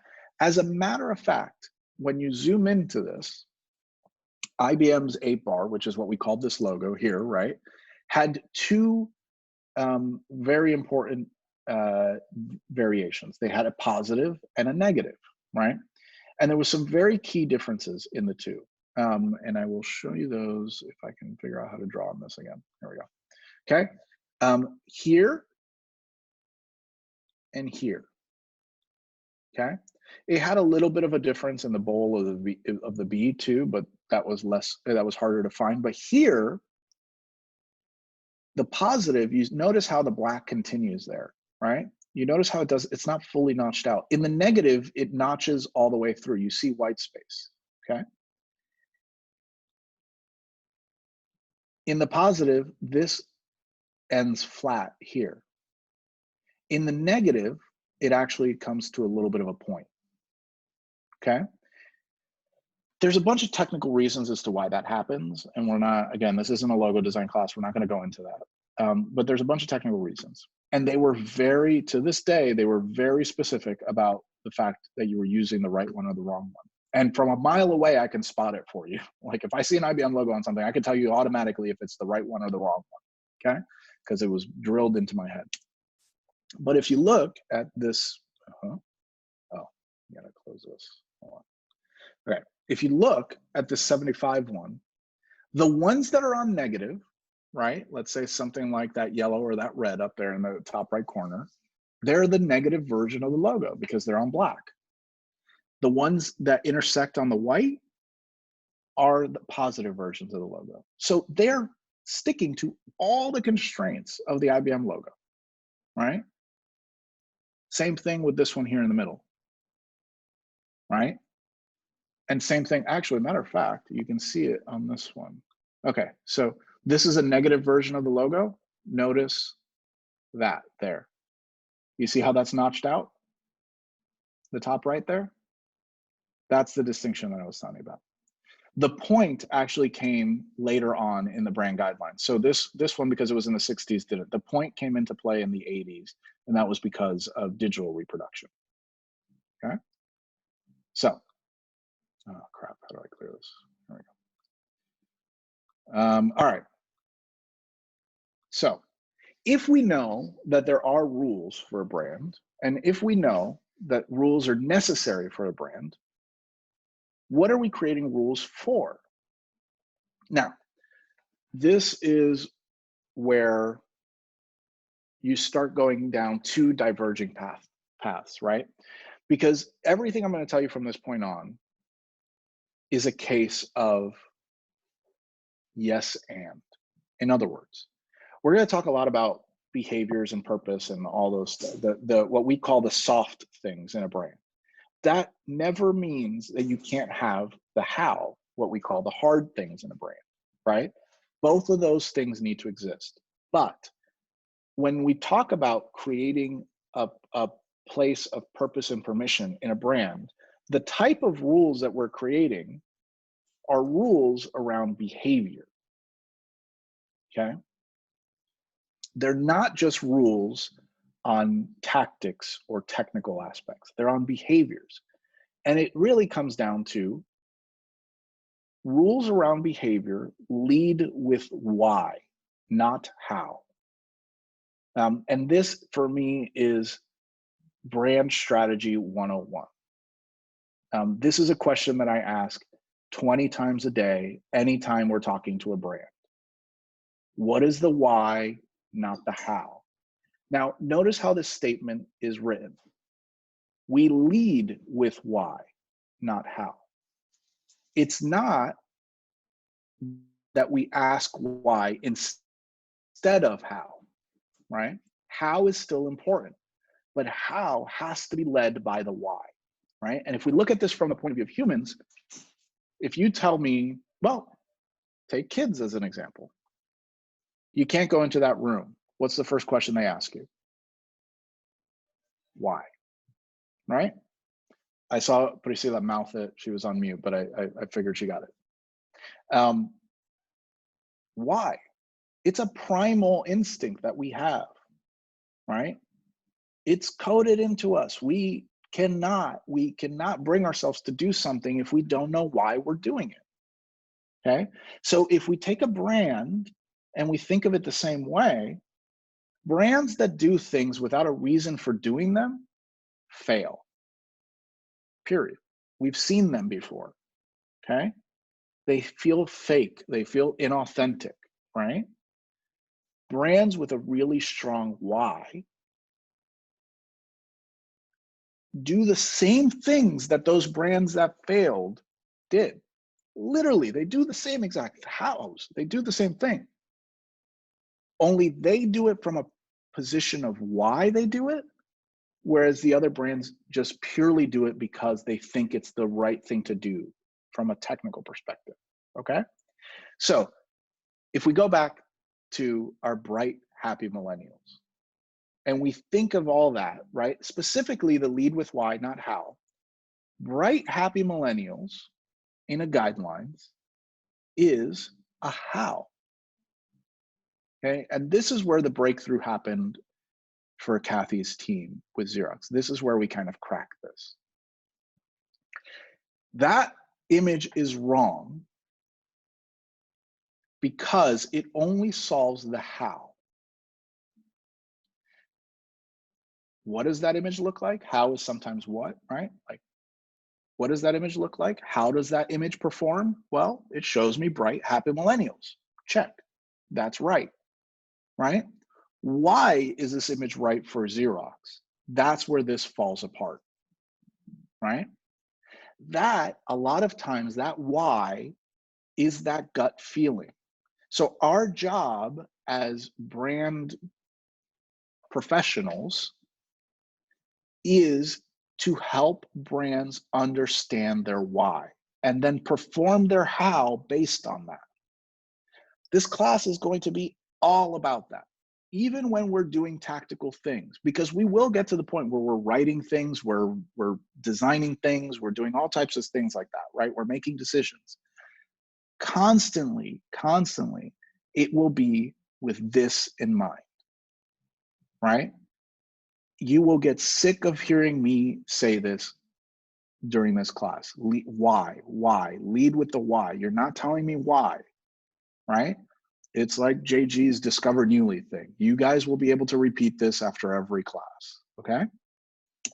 So if this was our breakthrough of how, what did we do to solve it?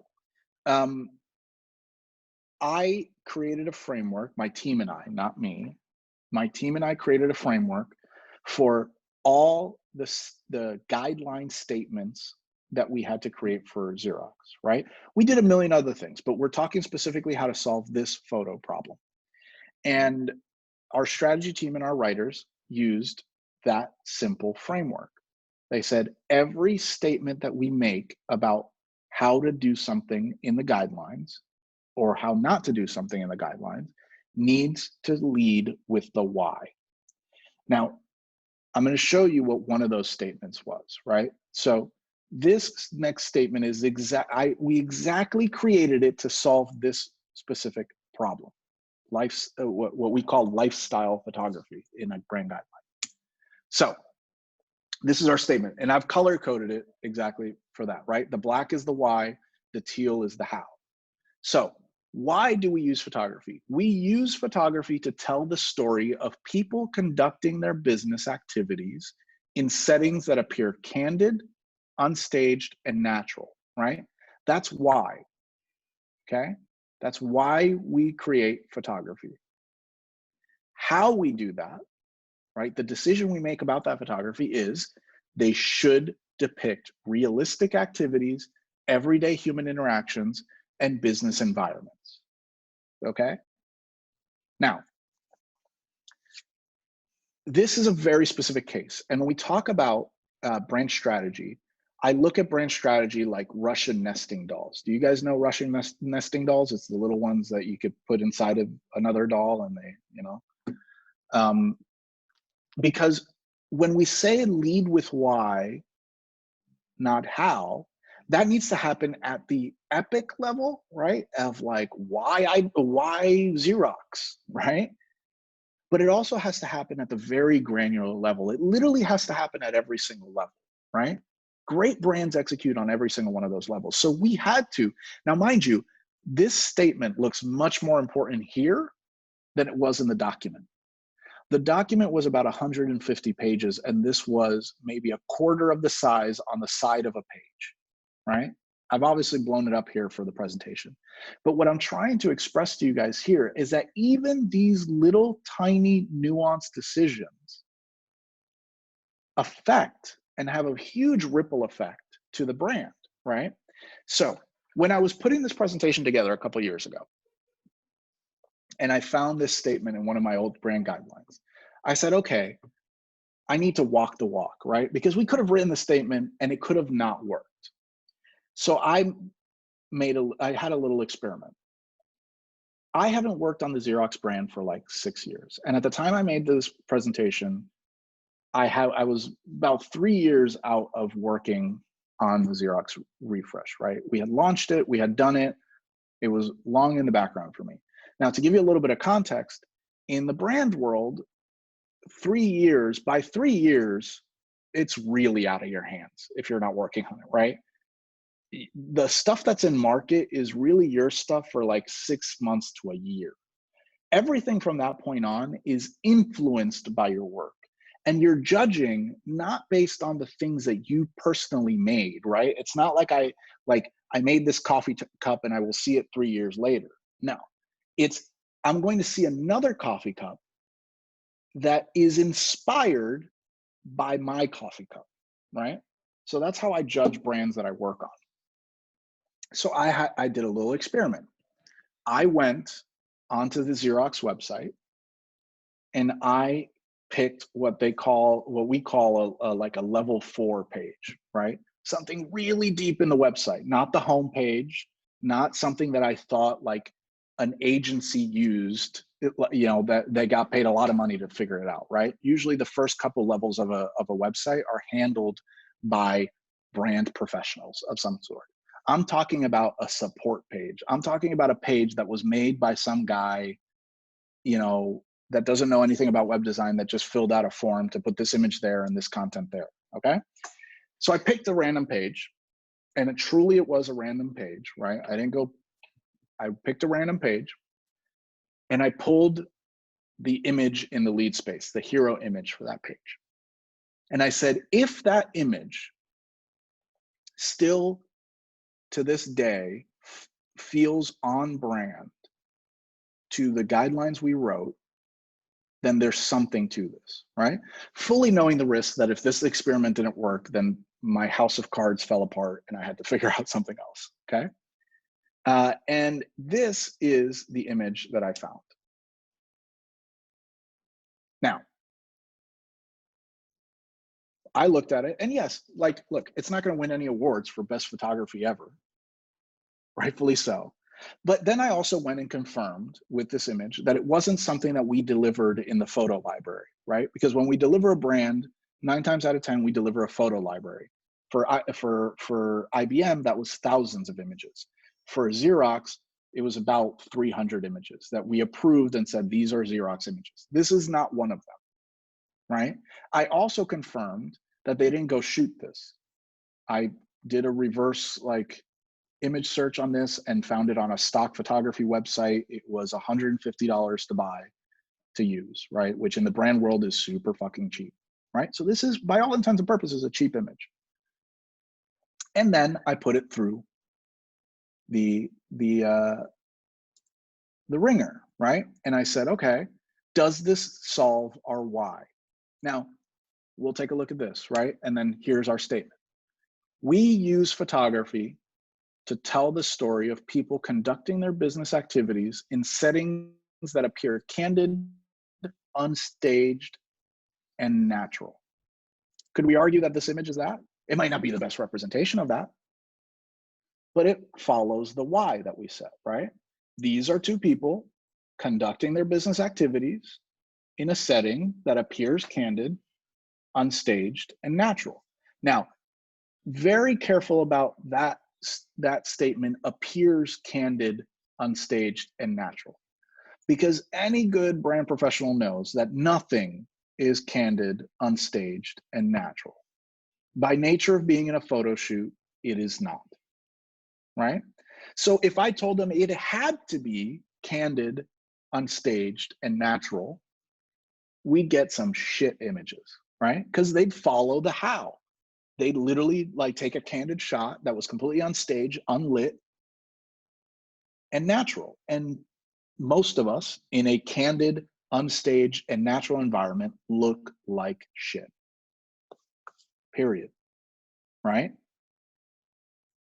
So I was happy to see that. This was an image that I had no hand in finding, that I know for a fact was searched for by some, you know, low-level intern at Xerox that just got there 3 months ago or something along those lines, and it still rang true.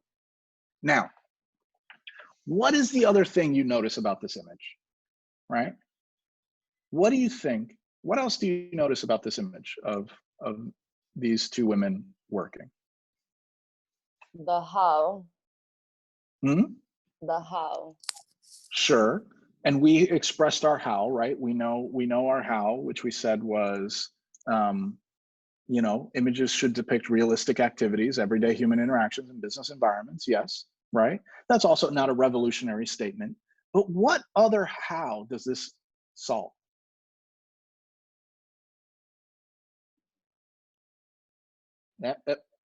You're still muted. I saw you mouth it, but you're muted. You got to hold it down.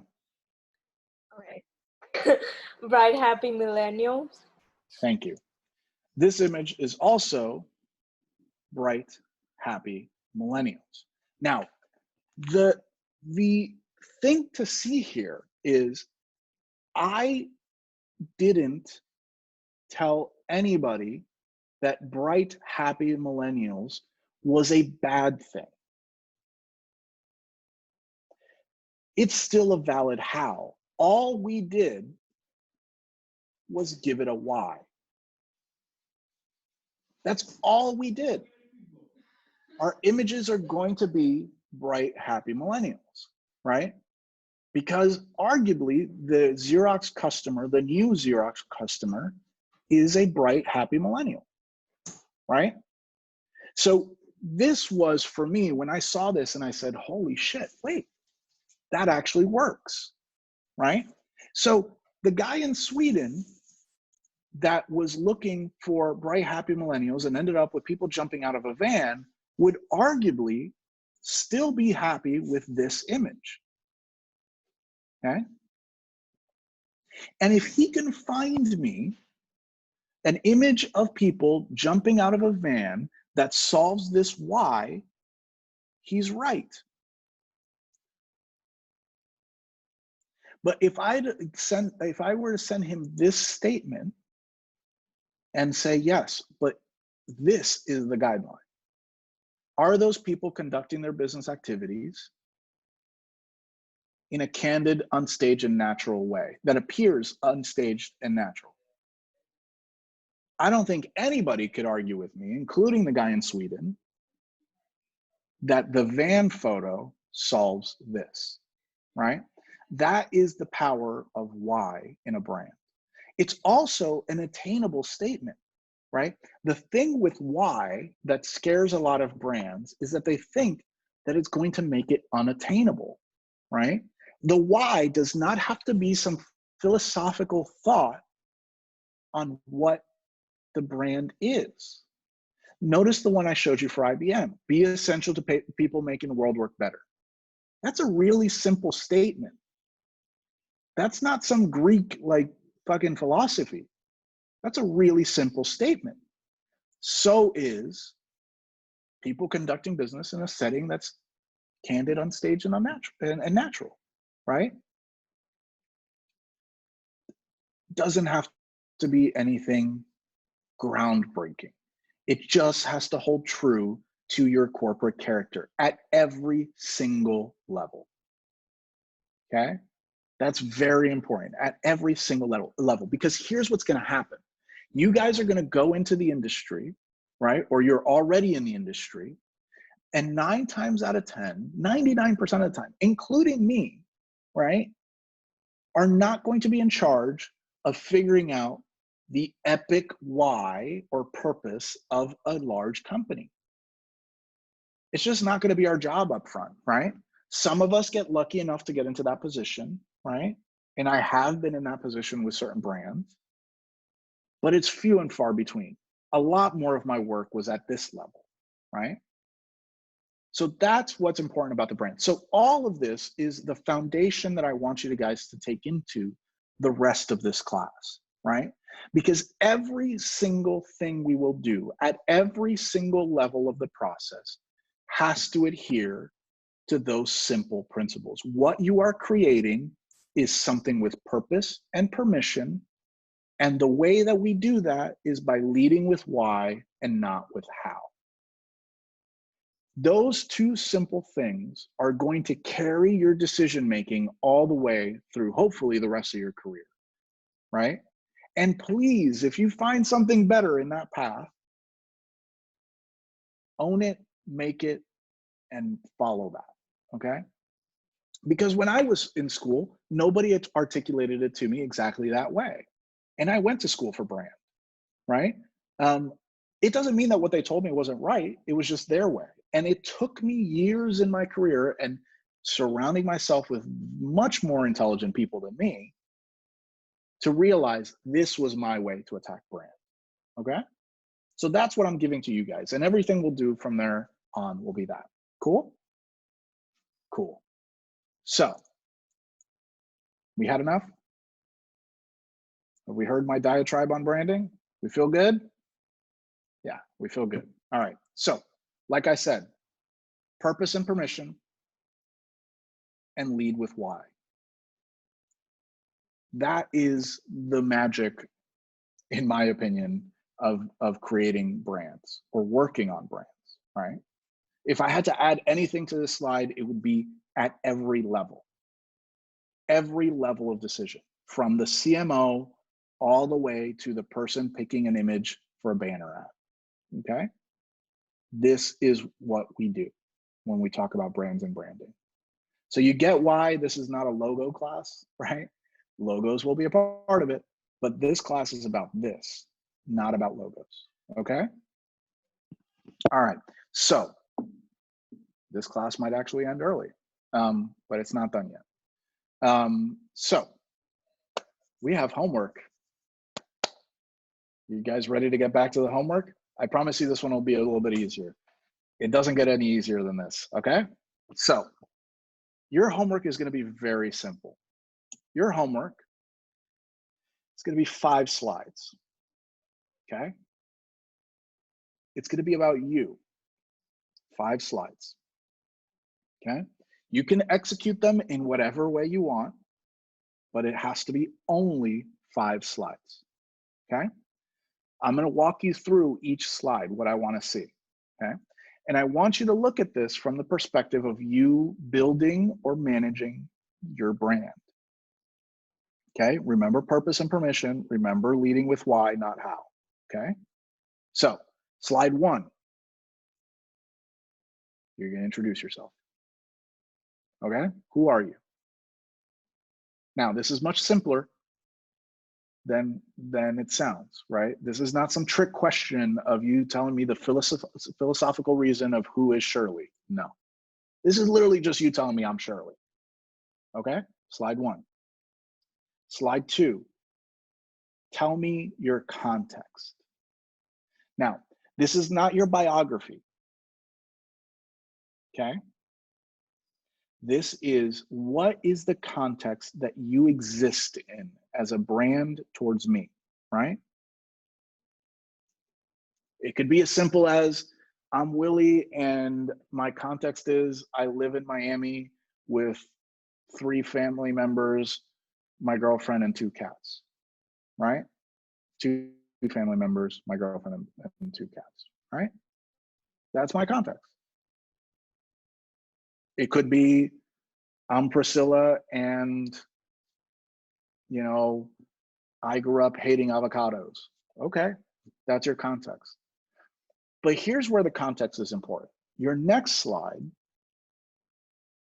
is my why, right? What is your why?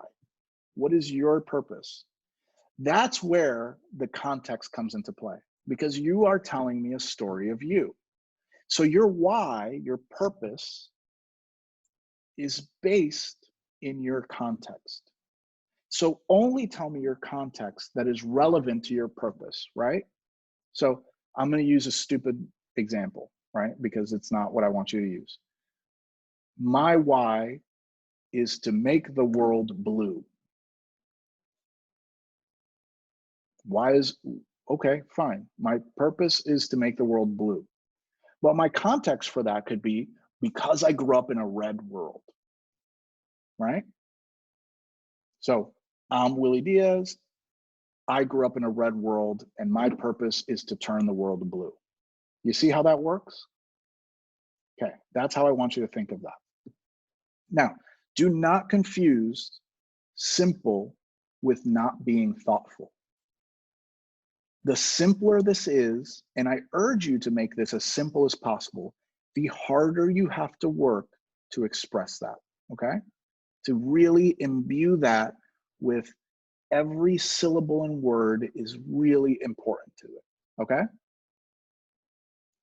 After slide 3, your why, you're gonna give me slide 4, which is your how. And it's your permission. So your how is your permission, right? So I'm Willie Diaz, slide 1, right? I grew up in a world that was red, slide 2. My why is to make the world blue. Why? Or so, how? Because I'm a talented blue artist, right? Why am I uniquely positioned to turn the world blue? Because I am a talented artist who can turn the world blue. Make sense? That's your how. Your how is not just, your how is not, I'm gonna make the world blue by touching everything and turning it blue. No, it's the permission, right? You're gonna do it because you're a great artist, okay? Does that make sense? Okay. Then you're gonna take all of that and you're gonna distill it into slide 5, your brand. So because of those 4 slides, Willie is a blank creative for blank, okay? You're gonna identify yourself, right? Potentially that could have some of a context, right? I'm Willie, the guy that grew up in red, a talented artistic creative for the purposes of turning the world blue, right? Now, think of the statement that I showed you for IBM, right? IBM is an essential company for those who make the world work better. I'm going to repeat that, okay? IBM is an essential company, right? Not creative, company. Essential company for those that make the world work better, okay? I want a statement just as impactful as that for each one of you, okay? Now, I'm going to take some pressure off of you. When you present these to me next class, that's the end of the assignment. We'll move on to something else. Don't go into this thinking that, holy shit, I got to come up with something that I can make a logo for and a brand for. No, no, no, no, no, no. I don't want you to think that far yet, okay? All I want is for you to go into this class and the rest of your time with us at Miami Ad School truly understanding your purpose and your permission, okay? You can make this about Miami Ad School. You can make this about life. You can make this about a relationship. You can make this about your passion that you've always had to breed turtles. I don't care, okay? But it needs to ring true to you, okay? And what we're gonna do in the next class is we're going to treat that as a brand. And we're gonna have a conversation between all of us as to, is that the best representation of that person that I see sitting there, okay?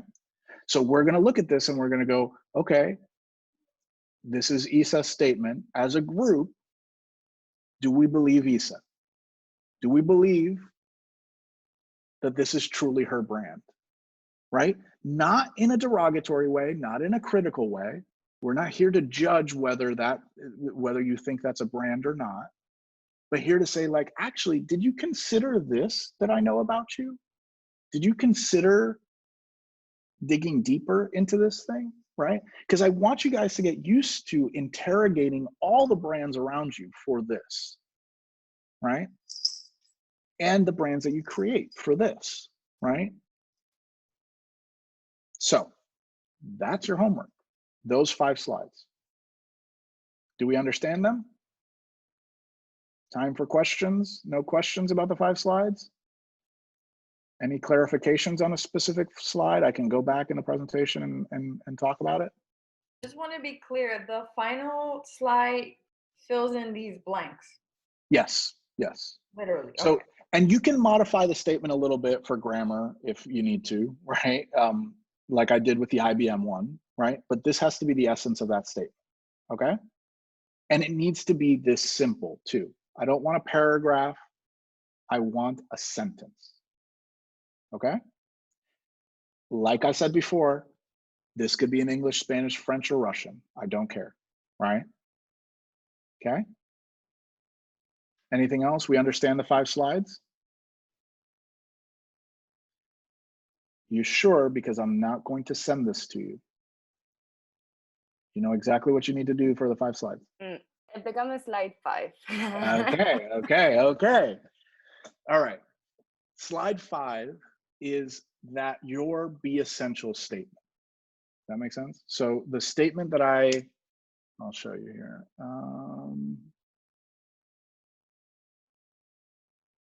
Remember when I showed you this for IBM? Okay. This statement, it's worded a little bit differently, but this statement is that, right? So actually, if I were to take this, I'm gonna let you guys watch me work here. Hold on. If I take this and turn it into the statement that I would have made for slide 5, I would have said, IBM is an essential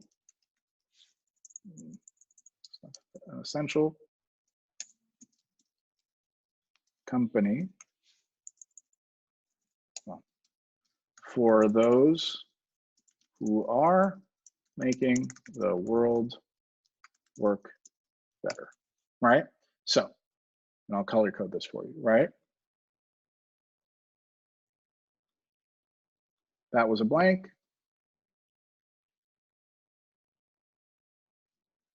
That's the second blank.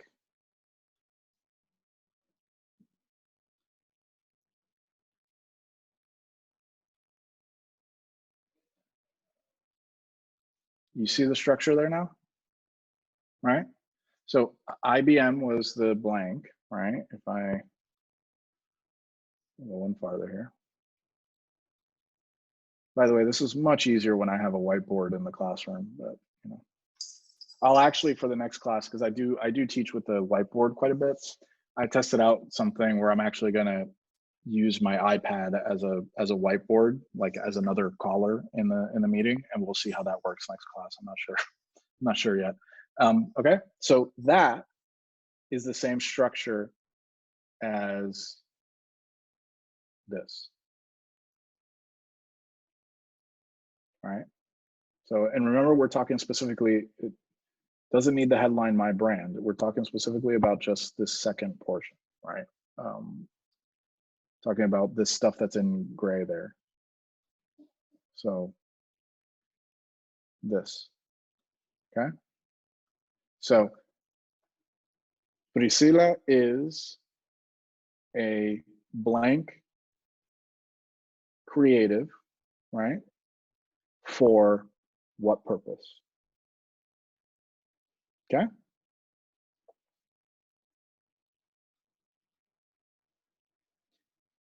Well, so that's the end of the class. So any other questions, comments, concerns about anything? About, it could be about the class, it could be about, you know, how the technology worked, whatever you guys think.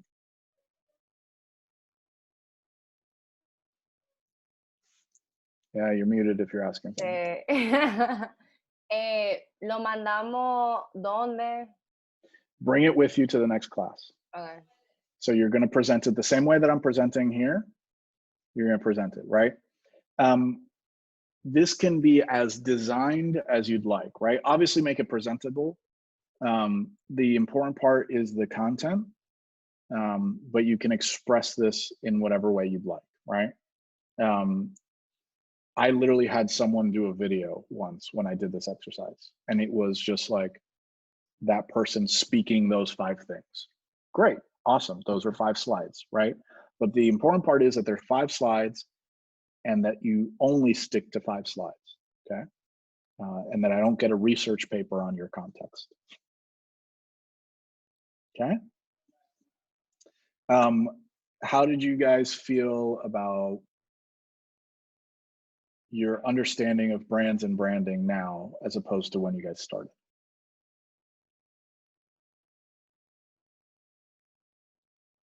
Está como, me gusta como de chin en chin, que no una historia, sino que era como que un example. Entonces, de ese example, you deconstructed, como que me ayuda más a entender the big picture. Okay, cool. Great. Yeah, so I can try to do that some more with the rest of the stuff. Anybody else? How do we feel about, this is now the second class that you guys take fully virtual like this. How's that working out for you guys? You feeling okay? Yes? Para mí es normal, ya. Yeah, para ti es normal. Yeah. No, I mean, look, I sit in this chair 12 hours a day anyway, because this is where I work, and this is literally every client meeting I've ever had is this way now. So it's natural to me. There's definitely teaching portions of this that are more difficult to me this way than I would normally do. Like if anybody's taken, well, I don't think any of you guys have actually taken a class with me yet, but like I walk around a lot when I teach, because it's my way to kind of like bleed off a lot of that energy that I get when I'm teaching. If I'm not pacing around, I start talking too fast. And it'll be interesting as we go into the next couple classes, how we deal with critiques, how we deal with writing on whiteboards, right? And showing stuff on whiteboards. Because as you can tell, like this little tool, like I can't even draw a circle with this thing. Like, what is that? If I tried to draw my name and look like a 3-year-old. But I am going to try my iPad as like a whiteboard. Zoom has a whiteboard, but I'm going to try to do it with my pen on the iPad. That might work better. That way, because we'll be talking much more freeform there, much more, you know, specific concepts that come up and stuff. This was very much presentation for today. By the way, I keep pointing over here because that's where my monitor is. That's where my other monitor is. But yeah, yeah, and again, I'll tell you guys this because I think it's going to be, this is probably going to be the harder part of the class, which is you're going to have to put in more effort on participation. You're going to notice that you're going to have to put in more effort in participation.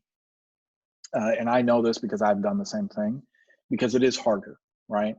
We're much more fluid when we don't feel like we have to take turns to talk.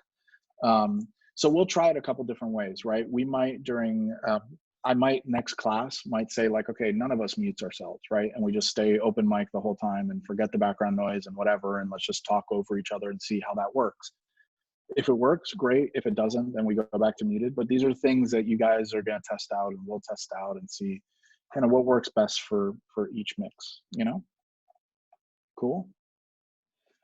Well, guys, with that, I'm going to call it quits to this one. Give you how many? 30 minutes of your day back.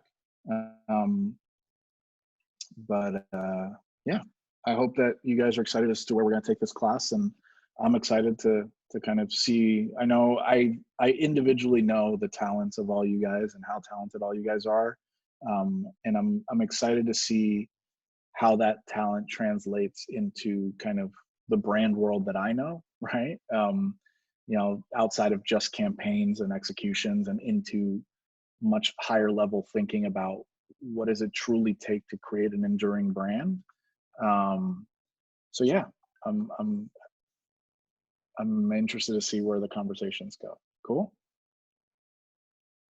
Awesome. You guys have my email. All of you have my email. I think you also have my phone number. If you need anything about this class, about anything else, just text me, email me. Stay on top of me, because I do get like 300 emails a day, so on like 10 different email accounts. So if I, for some reason, don't answer back to you, or I promise you that I was going to follow up on something and I didn't, don't feel, you're not annoying me if you're like, hey dude, hey dude, hey dude, hey dude, hey dude, like just keep on me about it. But I promise I'll get to you. Cool. All right, guys. Next class, we'll see the 5 slides, and we'll kind of dive deeper into brand thinking. Cool. Thank you. Thank you. Bye, guys. Gracias. Bye bye.